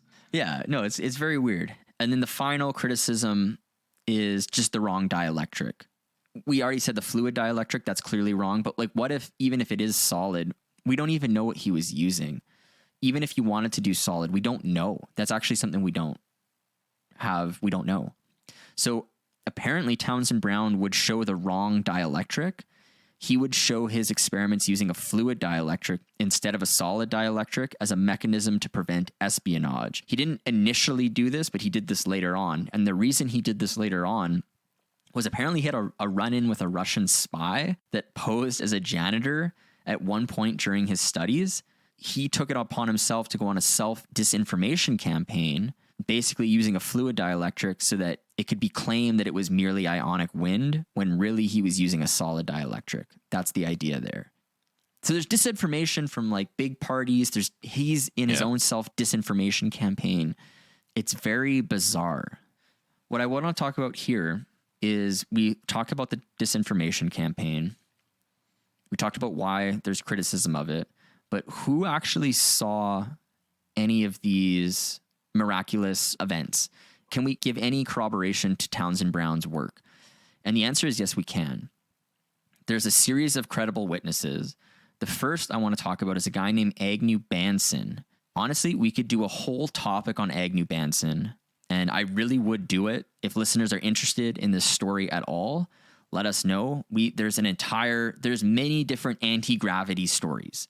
This is one. This is probably my favorite, but there are others. In short, Agnew-Bahnson was a successful entrepreneur in air conditioning, but he also worked on physics and anti-gravity out of the University of North Carolina, Chapel Hill, with the Institute of Field Physics. So funny. He was an HVAC tech. Yeah. He also did like hardcore physics on the side. It was a hot summer. He apparently was very wealthy from his air conditioning business, right? Yeah. Anyways, also his organization had ties to the CIA and allegedly was a satellite organization tasked to study anti-gravity. He worked with Townsend Brown, and we'll have more on this later, but he's one of the credible witnesses. He worked directly with Brown. I mean, the CIA still needs air-conditioned units, so yeah, I'm sure the CIA did use them. Totally. Just air conditioning. It's actually funny. Townsend Brown later in his life was like, he used all of his knowledge to like design like a really good fan. It's crazy. But we'll get to that. The next, we talked about this guy, Victor E. Bertrandus. This was that Air Force Major General. We already mentioned this, but he said he was frightened by what he saw in Townsend Brown's demonstrations at the Townsend Brown Foundation in 1952. We should say, again, like he's a general. He already has pretty solid credentials, but he's also helped negotiate the surrender of the Japanese in World War II. So like he's a pretty big guy. And he's like, holy fuck, what is Townsend Brown doing? And that initiated that investigation, which led to the Naval Research Laboratory writing that report that no one could fucking find. Very interesting. Dr. Paul Biefeld, another credible witness. He actually gave Townsend Brown the idea to use capacitors. That's hence why he's in the namesake of the Biefeld-Brown effect. Brown named it this to credit him for the idea. There's a signed document acknowledging that there was anomalous effect not explained by conventional known physics. So there's this record of him knowing Brown's system was strange. So there's that. The fourth is Edward Teller. This is a theoretical physicist and chemical engineer who is colloquially known as the father of the hydrogen bomb. You did mention him earlier. He observed Brown's experiment at his own home, and he said he had no idea how it worked. And Brown's daughter, Linda, was present, and she also does confirm the meeting and event. Those are cool. They're fine. They're okay. What really smashes through the fucking door for me is the most important point about the Biefeld-Brown effect. This was in 1956. We mentioned all of the discrediting campaigns. They all center on when we do it in a vacuum, it fails. Therefore, it must be ionic wind. Because if it works in a vacuum, that means it's not ionic wind. There is evidence of a successful vacuum experiment using Townsend Brown's asymmetric capacitor system, and this was confirmed by our fifth credible witness. A dying man released a bunch of shit in 2008. What And we're going to talk about it in a second here.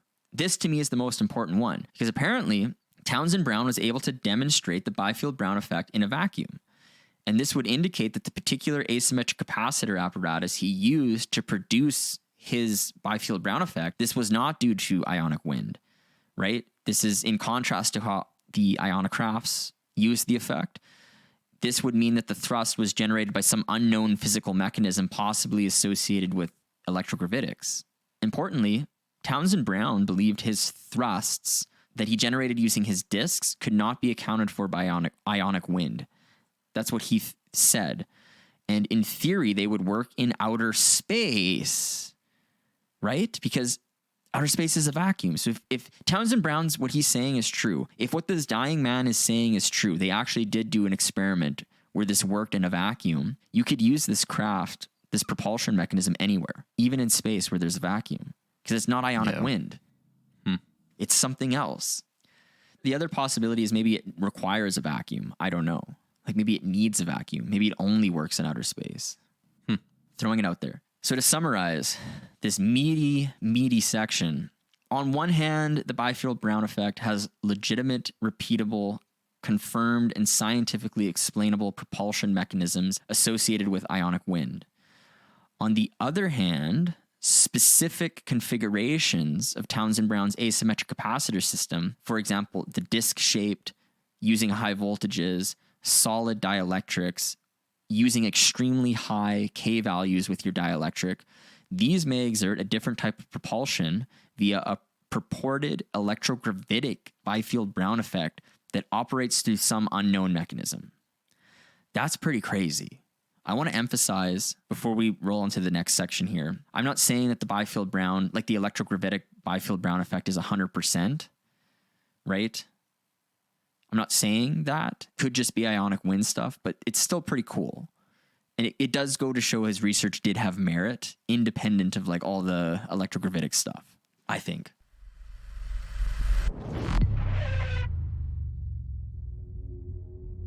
In the next section, we're going to go into the vacuum experiments that Brown did that were revealed by the dying man in 2008 and a 100+ page report that he publicly posted on the internet. We're also going to cover more closely the life of Townsend Brown and talk about how he may have smuggled advanced technology out of Nazi Germany. So let's finish this with a bang, because we've been here a while. We never said anything about Townsend Brown. Let's get into him and let's see where this goes. 1905, this is when Townsend Brown was born. He was born in Ohio. He was born into a wealthy family, right? Yeah, they did have some cash, although I think it dried up at some point, but they had some cash. But, you know, it was born into money. Mm-hmm. While still in high school in 1921, Brown experiments in a lab his parents set up for him. Yeah, rich kid. He's using X-ray vacuum tubes with asymmetric electrodes. He discovers that the weight appears to decrease on a scale when the tube's electrode faced up and increased when down. This was kind of the beginning of his thought that electricity could influence gravity. 1923 to 1924, he goes to Caltech, Pasadena, California, so the California Institute of Technology. And this is when his first ideas about gravitational radiation begin, which we're not even getting into.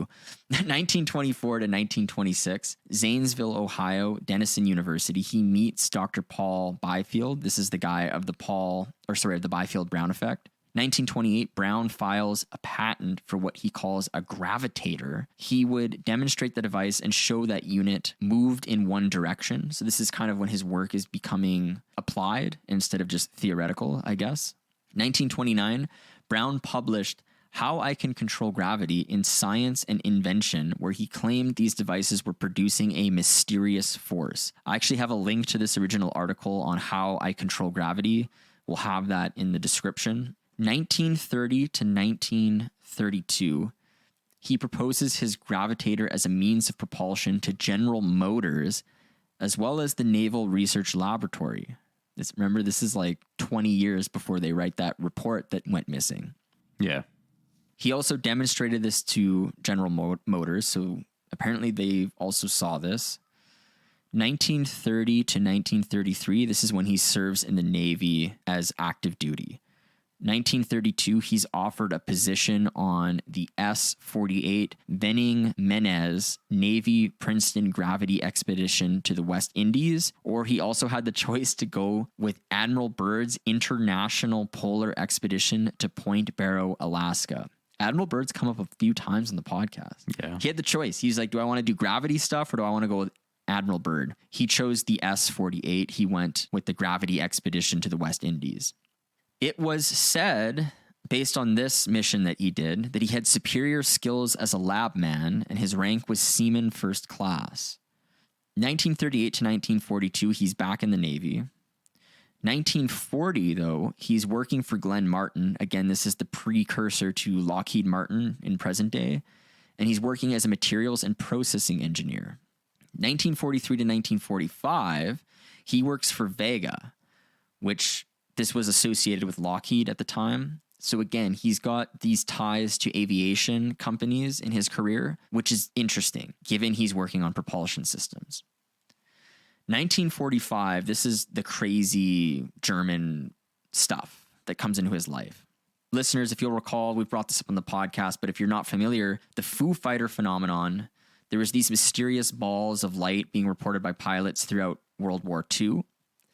And because there's these crafts and lights, they're like, oh shit, what's going on? Like, we have a guy working on propulsion. Maybe they've beat us to the punch. So there's these allegations of strange Nazi technology during World War II, especially exotic propulsion systems. So Townsend Brown was literally sent to investigate this. He was first flown to England, then to Germany, where he parachuted behind enemy lines. A part of his task force mission was to retrieve a man named Richard Mita, a high voltage physicist and electrical engineer. It's like, why are you trying to get this guy? Why do you need a high voltage physicist?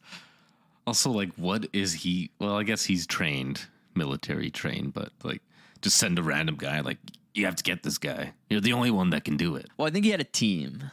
I guess. You know? He's like, I'm a physicist. Nah, you got to get in the field. Yeah. Well, maybe they're trying to kill him off. Yeah. I don't know. Now, Mita was claimed to be working on similar things as Brown. Most of this stuff is unknown, but some speculate that the plan was to capture Nazi scientists working on similar things to help Brown complete the puzzle, per se. You know, this isn't that crazy. We did an episode on Operation Paperclip way back in the day. This is a well-known and documented event, and essentially the U.S. did this with many Nazi scientists, like Wernher von Braun is one of the most well-known of this. Like, the U.S. government recruited Nazi scientists. So to me, this story is like not that crazy, given his propulsion technology, if it's real. I want to make a note. He's coming in, they're trying to capture people. Brown was actually allegedly captured by the Nazis, but rescued by the Americans. He was also shot in the lung during a botched scientist retrieval. It's like, this guy has seen some shit, you know? He's been in the shit. And apparently he was captured or shot down, but when he was recovered, he was taken to like a hospital and he was recovering, and then his wife or something got a telegraph saying that he was fine and they recovered him and everything. And she thought it was odd because usually you don't get a telegraph of them like in the hospital, but I guess they wanted to keep her in the loop. Something like that. Yeah. Something like that. Yeah. I do recall that. I just have a fun fact. So like, this is crazy. Like, he's in Germany. They're recovering scientists that are working on high voltage shit. So this Richard Mita guy, the high voltage electrical engineer, do you know where he actually ended up? No. He ends up in fucking Canada, of all places. This is the Nazi scientist Canada ended up with. He worked on what was called the AVROCAR, which is like the shitty Canadian saucer-shaped version of whatever Townsend Brown was doing. And it fucking sucks ass. And if you look at it, it's technically a flying saucer, this AVROCAR, but it just fucking sucks. Like, it's just brutal. You watch these videos, this is what we do. Just suck. I have a link to the Canadian AVROCAR if anyone's interesting. It literally is a flying saucer in the sense that it is saucer shaped and it does fly, but it is the worst thing you will ever see. And we probably spent billions of dollars on our taxpayer money going to this garbage program. Any case, I just wanted to take that moment to throw that little tidbit in there.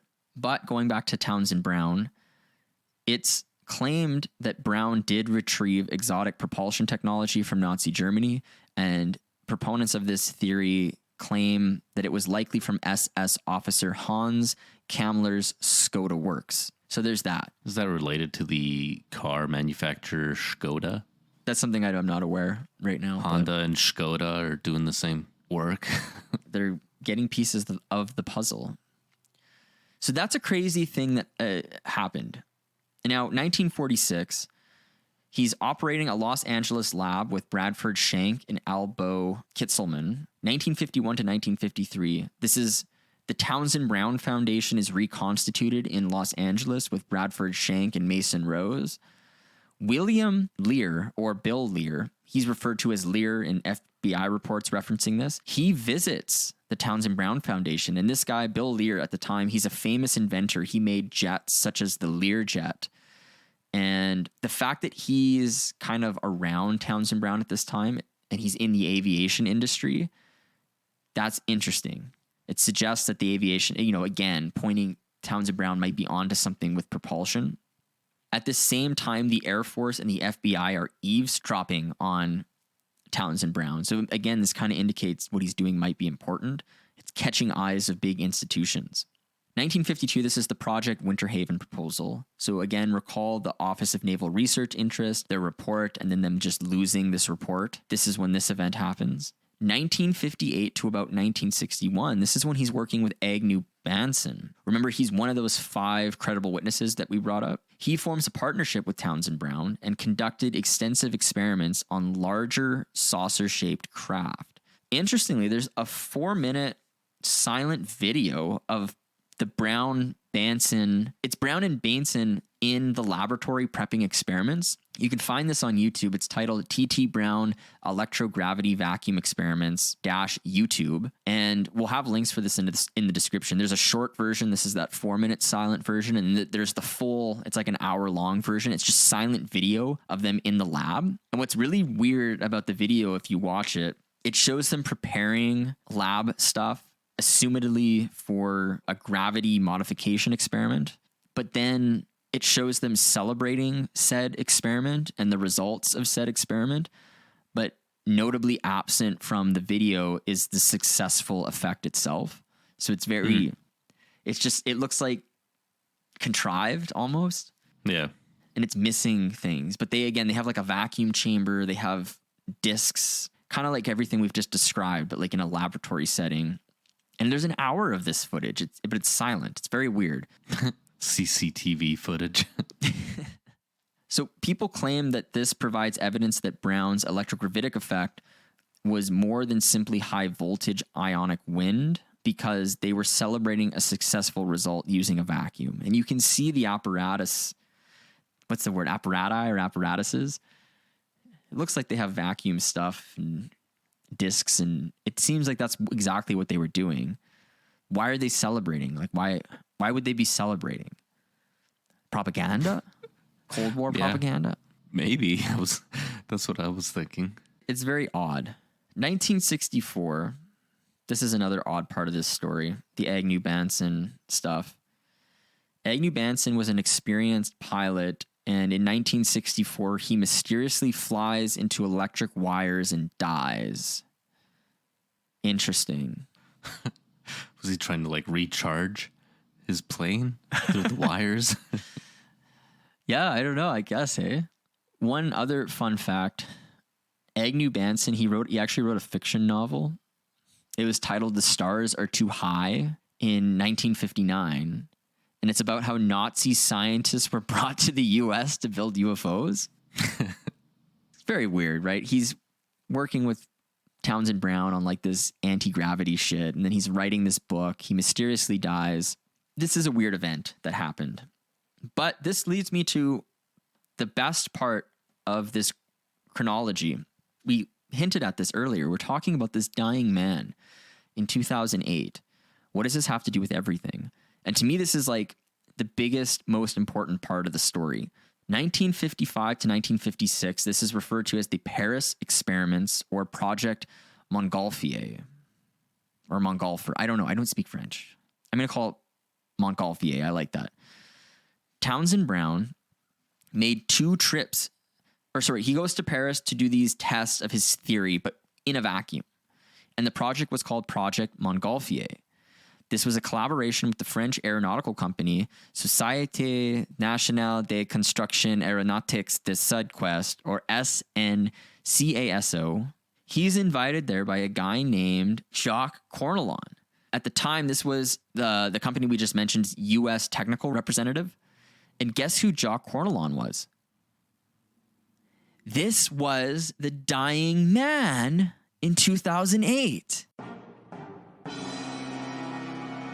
What? This is where things get crazy. Brown leaves in 1956 and the project concludes in 1959. The details of the Project Montgolfier experiments, these remained a complete secret until 2008. So for almost 50 fucking years, this was unknown until Jacques Cornelon, he made things public prior to his death in that same year. He revealed Brown's proposal from Project Montgolfier, the project's top secret final report. This is available online. This is knowledge now. This is public knowledge. It's translated from French, so apparently there are some translation errors, but there's about 100 pages, and we have links for it. We'll have links to Project Montgolfier, and we'll have links to a web archive of Jacques Cornelon's original website where he disclosed all of this. You can download the 100-page proposal. You can see his original website where he's posting these photos and shit from his work in Paris with Townsend Brown. That was all secret until 2008. That's cool. It's crazy. What's important about this? Obviously, it's just cool. It kind of verifies that they were working on anti-gravity stuff. But what's also cool about this, there's photos. 1955 experiments.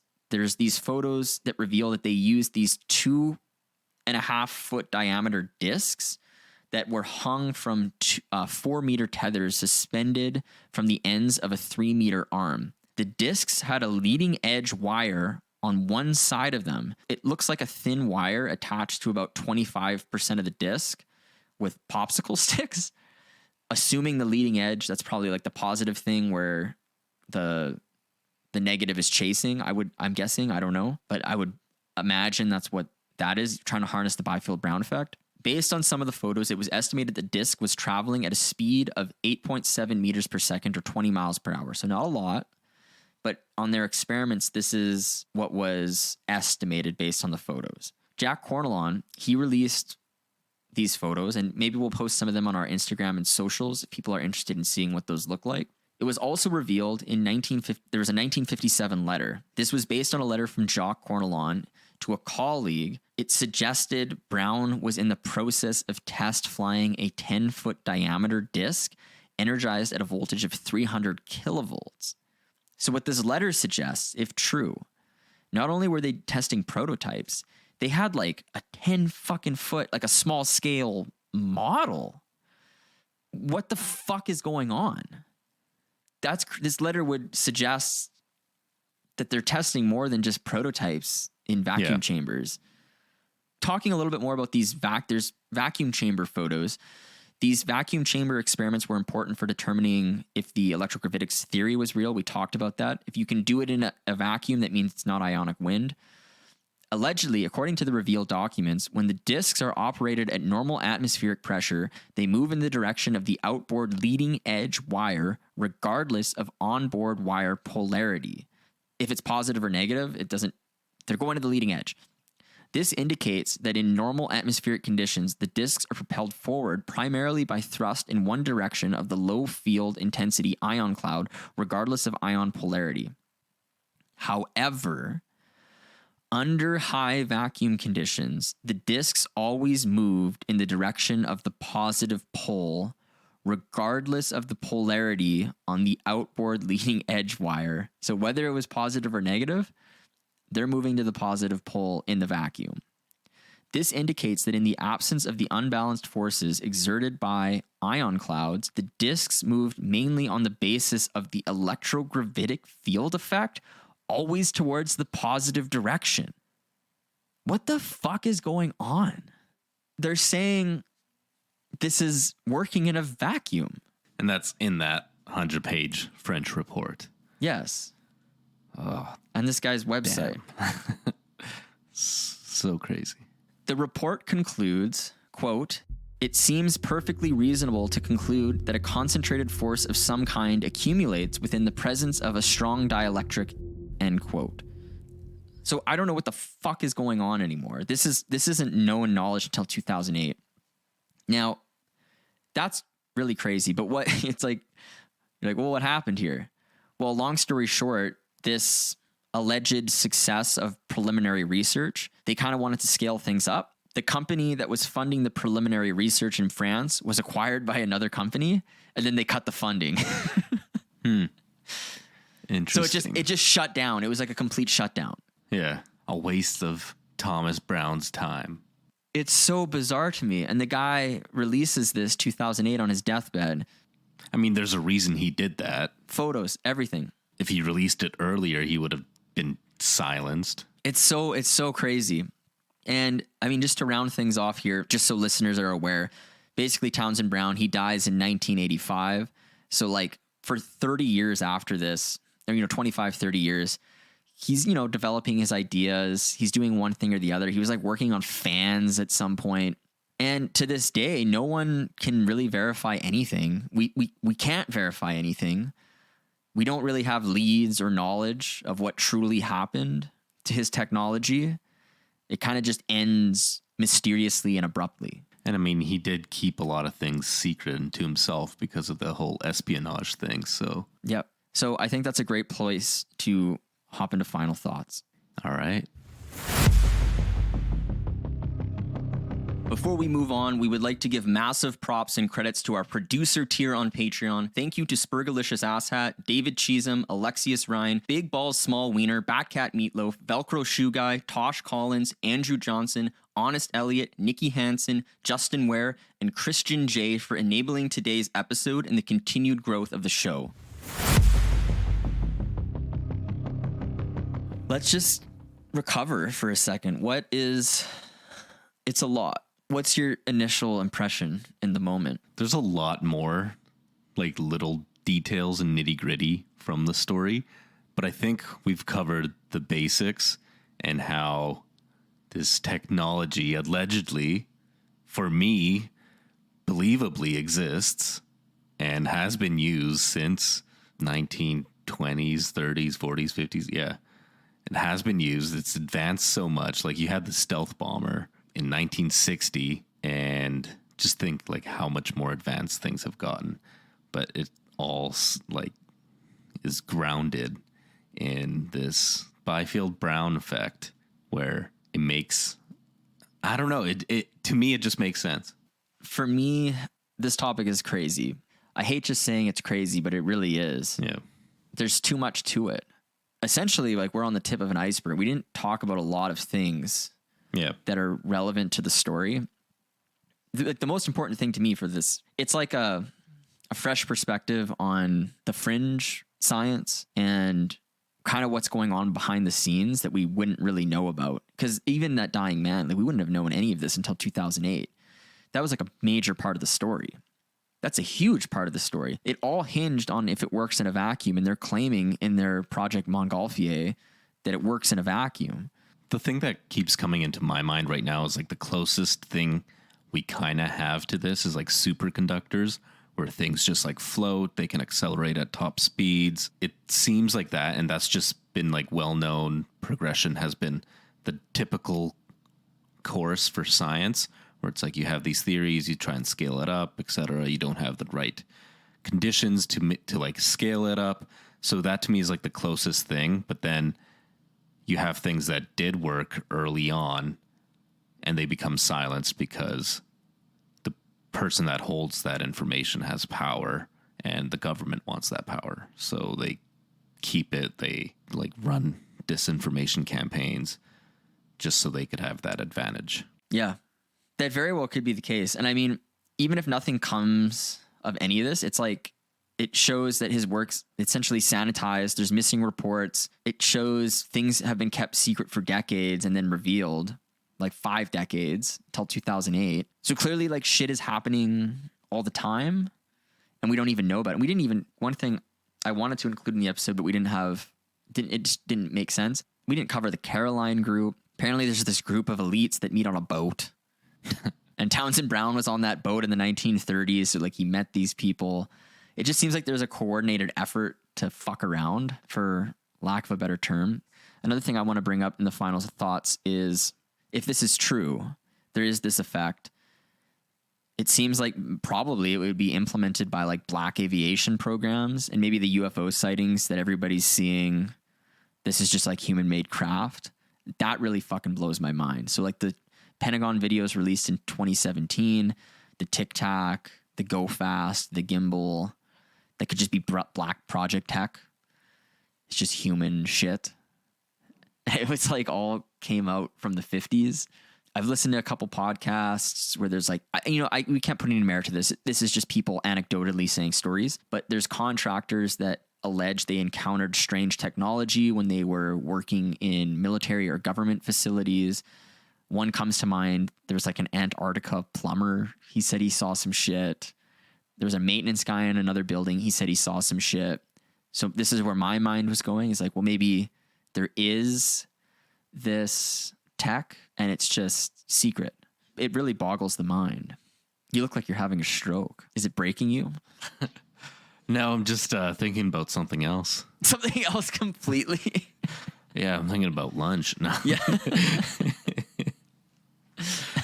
No, I'm thinking about like from the YouTube documentary, they talk about Big G a lot and how it naturally fluctuates certain times of the day, seasons, etc.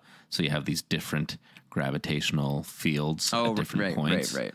And it can't, like, you can kind of manipulate it with large amounts of energy release, aka nuclear weapons.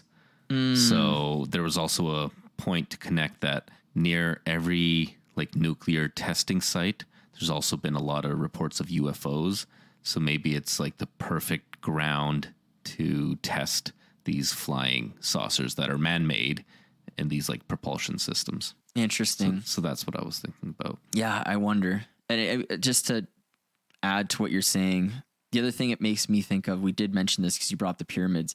Coral Castle, we did a topic on that. This guy, this small, frail man moving these megaton stones around. Do you remember those like black boxes, electrical black boxes he used? Yeah. Maybe he was like harnessing some Biefeld-Brown effect and he's literally just moving stones around with like anti-gravity tech. Wouldn't that be crazy? That would be so cool. I mean, in that video from Coral Castle of like the remake of it where they kind of have like a montage of this little guy just like transferring blocks over. Yeah. That's how I think like it literally looked because of the anti-gravity technology. But I do kind of like that because it had a tip. It was kind of like a tripod. At the very top was this electric box. Yeah. Who knows what was at the base, but then essentially it could turn into a lifter. Yeah, it's like it's nullifying gravity, so you just move these stones. I don't know. Yeah. It's just a crazy topic. I mean, we didn't even, and like I said, we missed stuff. Like he has a whole thing about sidereal radiation, and we didn't talk about anything of that. He's involved in like weird communication technology using these ideas, and he has his fan. We mentioned it, but we didn't go into it. Yeah. There's a lot to this guy's story. I don't know. Maybe before I wanted to, in final thoughts, I did want to do a skeptic's take, because I feel like that'll balance the episode. But before we get into the skepticism, it seems like you would assign probable credence to this. Yeah, my heart's telling me yeah. Yeah, my heart, yeah. Yeah. Where do I stand? I don't even know. Yeah, I think so. Yeah? Yeah, I think this is it's one of those things. It makes really, honestly, the evidence is not. Well, we get into the skepticism. We'll see here where there's so many skeptical takes, but I think, yeah, my heart also is in this. I think there's probably something. It just seems too weird. There's too many moving doors for it not to be something. The missing reports. I mean, him working at all these aviation companies secretly. Yeah. It just seems something is not adding up to me here. Yeah, and then you also have his daughter talking about her dad. Like, oh, he definitely like is in that world and lifestyle, and like she recalls encounters of like, oh yeah, he would meet with them every day for lunch. Like she gives more credence to the story of like he was actually meeting with these people.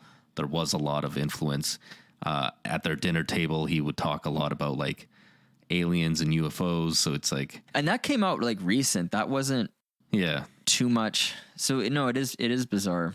But I do want to say, while we're in final thoughts here, I do have some skepticism of the whole thing. And I mean, I just want to save it till the end because fuck it. We'll balance things out a bit. But one question I had during this whole research process, which was very extensive, why can't anyone simply build his old school gravitator and show that it has less weight? Like, how is he able to do that in his lab that his parents built him? And no one can do. I mean, there's drawings of it. There's schematics. It's all available. It's not hidden. Why can't we reproduce that? That's a good point. People focus on the big stuff and not proving the little stuff. I did see the best I could find, that Paul Shatskin guy, the guy who's writing the biography. I saw him on a podcast say someone on his website said that they did recreate it, but it's not anything. It's not like a peer reviewed thing. And I couldn't find it. So, and maybe I just didn't look hard enough, which is possible because there's so many. Dude, the website Paul Shatskin's talking about, they've been doing this for decades. Like, there's so much. You can't sift through everything. But my point being is, it seems like that would be very easy to do. And I don't see, as far as I know, I have zero knowledge of any of that being replicated, which is bizarre to me because the drawings are there. I have skepticism on certain historical takes on Townsend Brown, specifically like the Germany stuff. Some of the historical information about Townsend Brown, this is coming from secret sources. So if you look into where this is coming from, it's people with code names talking with Paul Shatskin. So there's a guy named codenamed O'Reilly and a guy codenamed Morgan in Shatskin's book. So my question is, who's O'Reilly, who's Morgan, basically? Yeah. And if they're saying this stuff, like, how can we verify it? It becomes difficult at that point. That's true. I will say Paul Shatskin does acknowledge that this is a weakness. And we should also note that a lot of the information he brings up in his book comes from Linda, like Townsend's daughter. And a lot of it's from documents and old notebooks of Townsend Brown's writings and FOIA stuff. So not everything is on as loose a foundation, but like some of the historical takes seem to be on a pretty loose foundation is my point. So there's some skepticism I have there. The other thing, a lot of stuff we based the episode on was from the work of Dr. Thomas Vallone. And I will say, like, he cites all his own shit. So if you go to his references and you're like, I want to see where he got that from, it's just like his own paper. And it's like circular. Okay. And the other thing I found sketch was, surprisingly, a lot of his writing is behind paywalls or they're in books that need to be purchased. Because he'll reference like a document and he'll be like, this is in my book. And you're like, okay, I'll go try find that. Then it's like you have to buy the book. So I don't know. And like, you know, it seems to me like some of these sources, like the Integrity Research Institute or whatever the fuck it's affiliated with, I think it's just him. And he just has like a cool website and it's like, it sounds like he has an institution behind his name. So he really is like a rogue scientist, like with his own shit, and he's citing his own stuff. None of this is probably, well, some of it is peer reviewed. Like, you can find some of it, but like, how good is the peer review? You know, you have like predatory journals where you can just pay a fuckload of money and they'll publish it. Yeah. My question is, I have a lot of skepticism with the electrogravitics field. The easiest way you could prove all of this is just build it. And I haven't seen that. So I'm very skeptical of that. The other thing, like I said in the middle of the podcast, one of the things that broke my brain was the bismuth K-value story. So I was looking into it. Dr. Hal put off, so that bismuth magnesium alloy from the alleged crash site that I mentioned, apparently there is evidence that that material might be from the process called the Betterton-Kroll process. This uses molten magnesium floated over the surface of liquid lead. The magnesium sucks up or pulls bismuth impurities out of the lead, and then often the magnesium is used over and over again. So my question was, could this known process maybe be the origin of some of this mysterious looking metal residues? So people are saying, oh, maybe this is a piece of like alien tech, but it's really just from this process. Okay. I really don't know, but I'm just trying to, that's some skepticism that I had there. And the other thing was on Dr. Gary Nolan's metamaterial that we mentioned, the weird isotopic ratios with the bismuth. That's real. They have a scientific paper they published on that. When I was looking into it, and I can't really evaluate this because it's just not my expertise, but some people were saying that there's flaws in the paper. Some were saying that the instruments he used for the analysis were not sensitive enough to accurately determine the isotopic compositions he was attempting to analyze. They said it's standard procedure to report the blanks and reference materials you run, which they didn't in the paper. So you can't determine the accuracy of the measurements. And then in the paper, he mentioned issues with oxide interferences. This essentially negates all the analysis as probably useless, according to this person who apparently has expertise or claims they have expertise. And the final thing, the analysis were reported as qualitative instead of quantitative data. They said they're genuinely not sure why this was the case. I have never seen data reported in CPS units. So I guess they use qualitative units instead of quantitative. So I'm just saying there's some skepticism out there on the whole story. Like maybe there isn't this metamaterial dielectric K-value story. Maybe it's not on like solid foundations like we thought.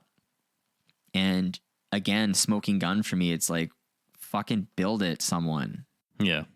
God damn it. So that's why I'm saying, like, my heart is, I still think that there's something. The missing reports, the aviation industry interest, the defense interest, it's just too, I'm putting a lot of weight in that. Build something more than the ionocraft. Yeah, it just seems like someone should do this. You just need high voltages. It's a simple machine. And an X-ray vacuum that his parents built. Yeah. For him. And it makes me wonder too, like maybe even the initial experiments he was doing, like his scale just sucked ass. And he's like, why is it getting lighter? And it's just not good. It's just something's wrong with it. I mean, I will say my scale fluctuates on like drastically on a daily like basis. Like in the morning and then like 2 minutes later, it's like a 5 pound difference. Yeah. And I didn't do anything except get back on the scale. It's anti-gravity. I did say like gravity fluctuates throughout the day, so maybe I just hit it at the right time. We need to test that. Yeah. Izzo is anti-gravity. Only when I'm wearing my tinfoil hat and my scale is like tinfoil. I don't know. So I just want to throw it out there. I still think at the end of the day, I don't know. I personally, I just love the story. So maybe that's clouding my judgment here. But I think there's something. Yeah, I think there's something too. And I'll need to like look at the videos and links and read more of these like research papers on it as much as I can, because it is interesting. And I will say, listeners, if you want us to do more anti-gravity stuff, like I said, there are other researchers that take different approaches, and there's other stories out there. We could do more series. We could do a series on this. I don't know. Tell us what you thought of this episode. Give us your feedback. With that, all right. Thank you, listeners, for joining us on this fun episode. I hope you enjoyed it. I know we enjoyed it. And if you could do us a solid, please, now, it is to leave a 5-star written review on Spotify or Apple Podcasts, wherever you want. And if you do so, in return, you can earn yourself a sticker pack. It's the 3-pack of stickers. They're weatherproof. They're really good stickers. They're featured on our Instagram as well. So just by leaving those reviews, take a screenshot, send it to us, And then we can get in contact and we'll send you a free pack of stickers no matter where you are in the world. It might not come as fast as this anti-gravity propulsion system would if FedEx had that or Canada Post, but it'll get to you when it does. Canada's using its AVROCAR to send. That's why it takes so long. Yeah, that's why nothing gets anywhere in Canada. Okay. So with that, I would like to thank everybody for listening and slap that ass. And ride the wave.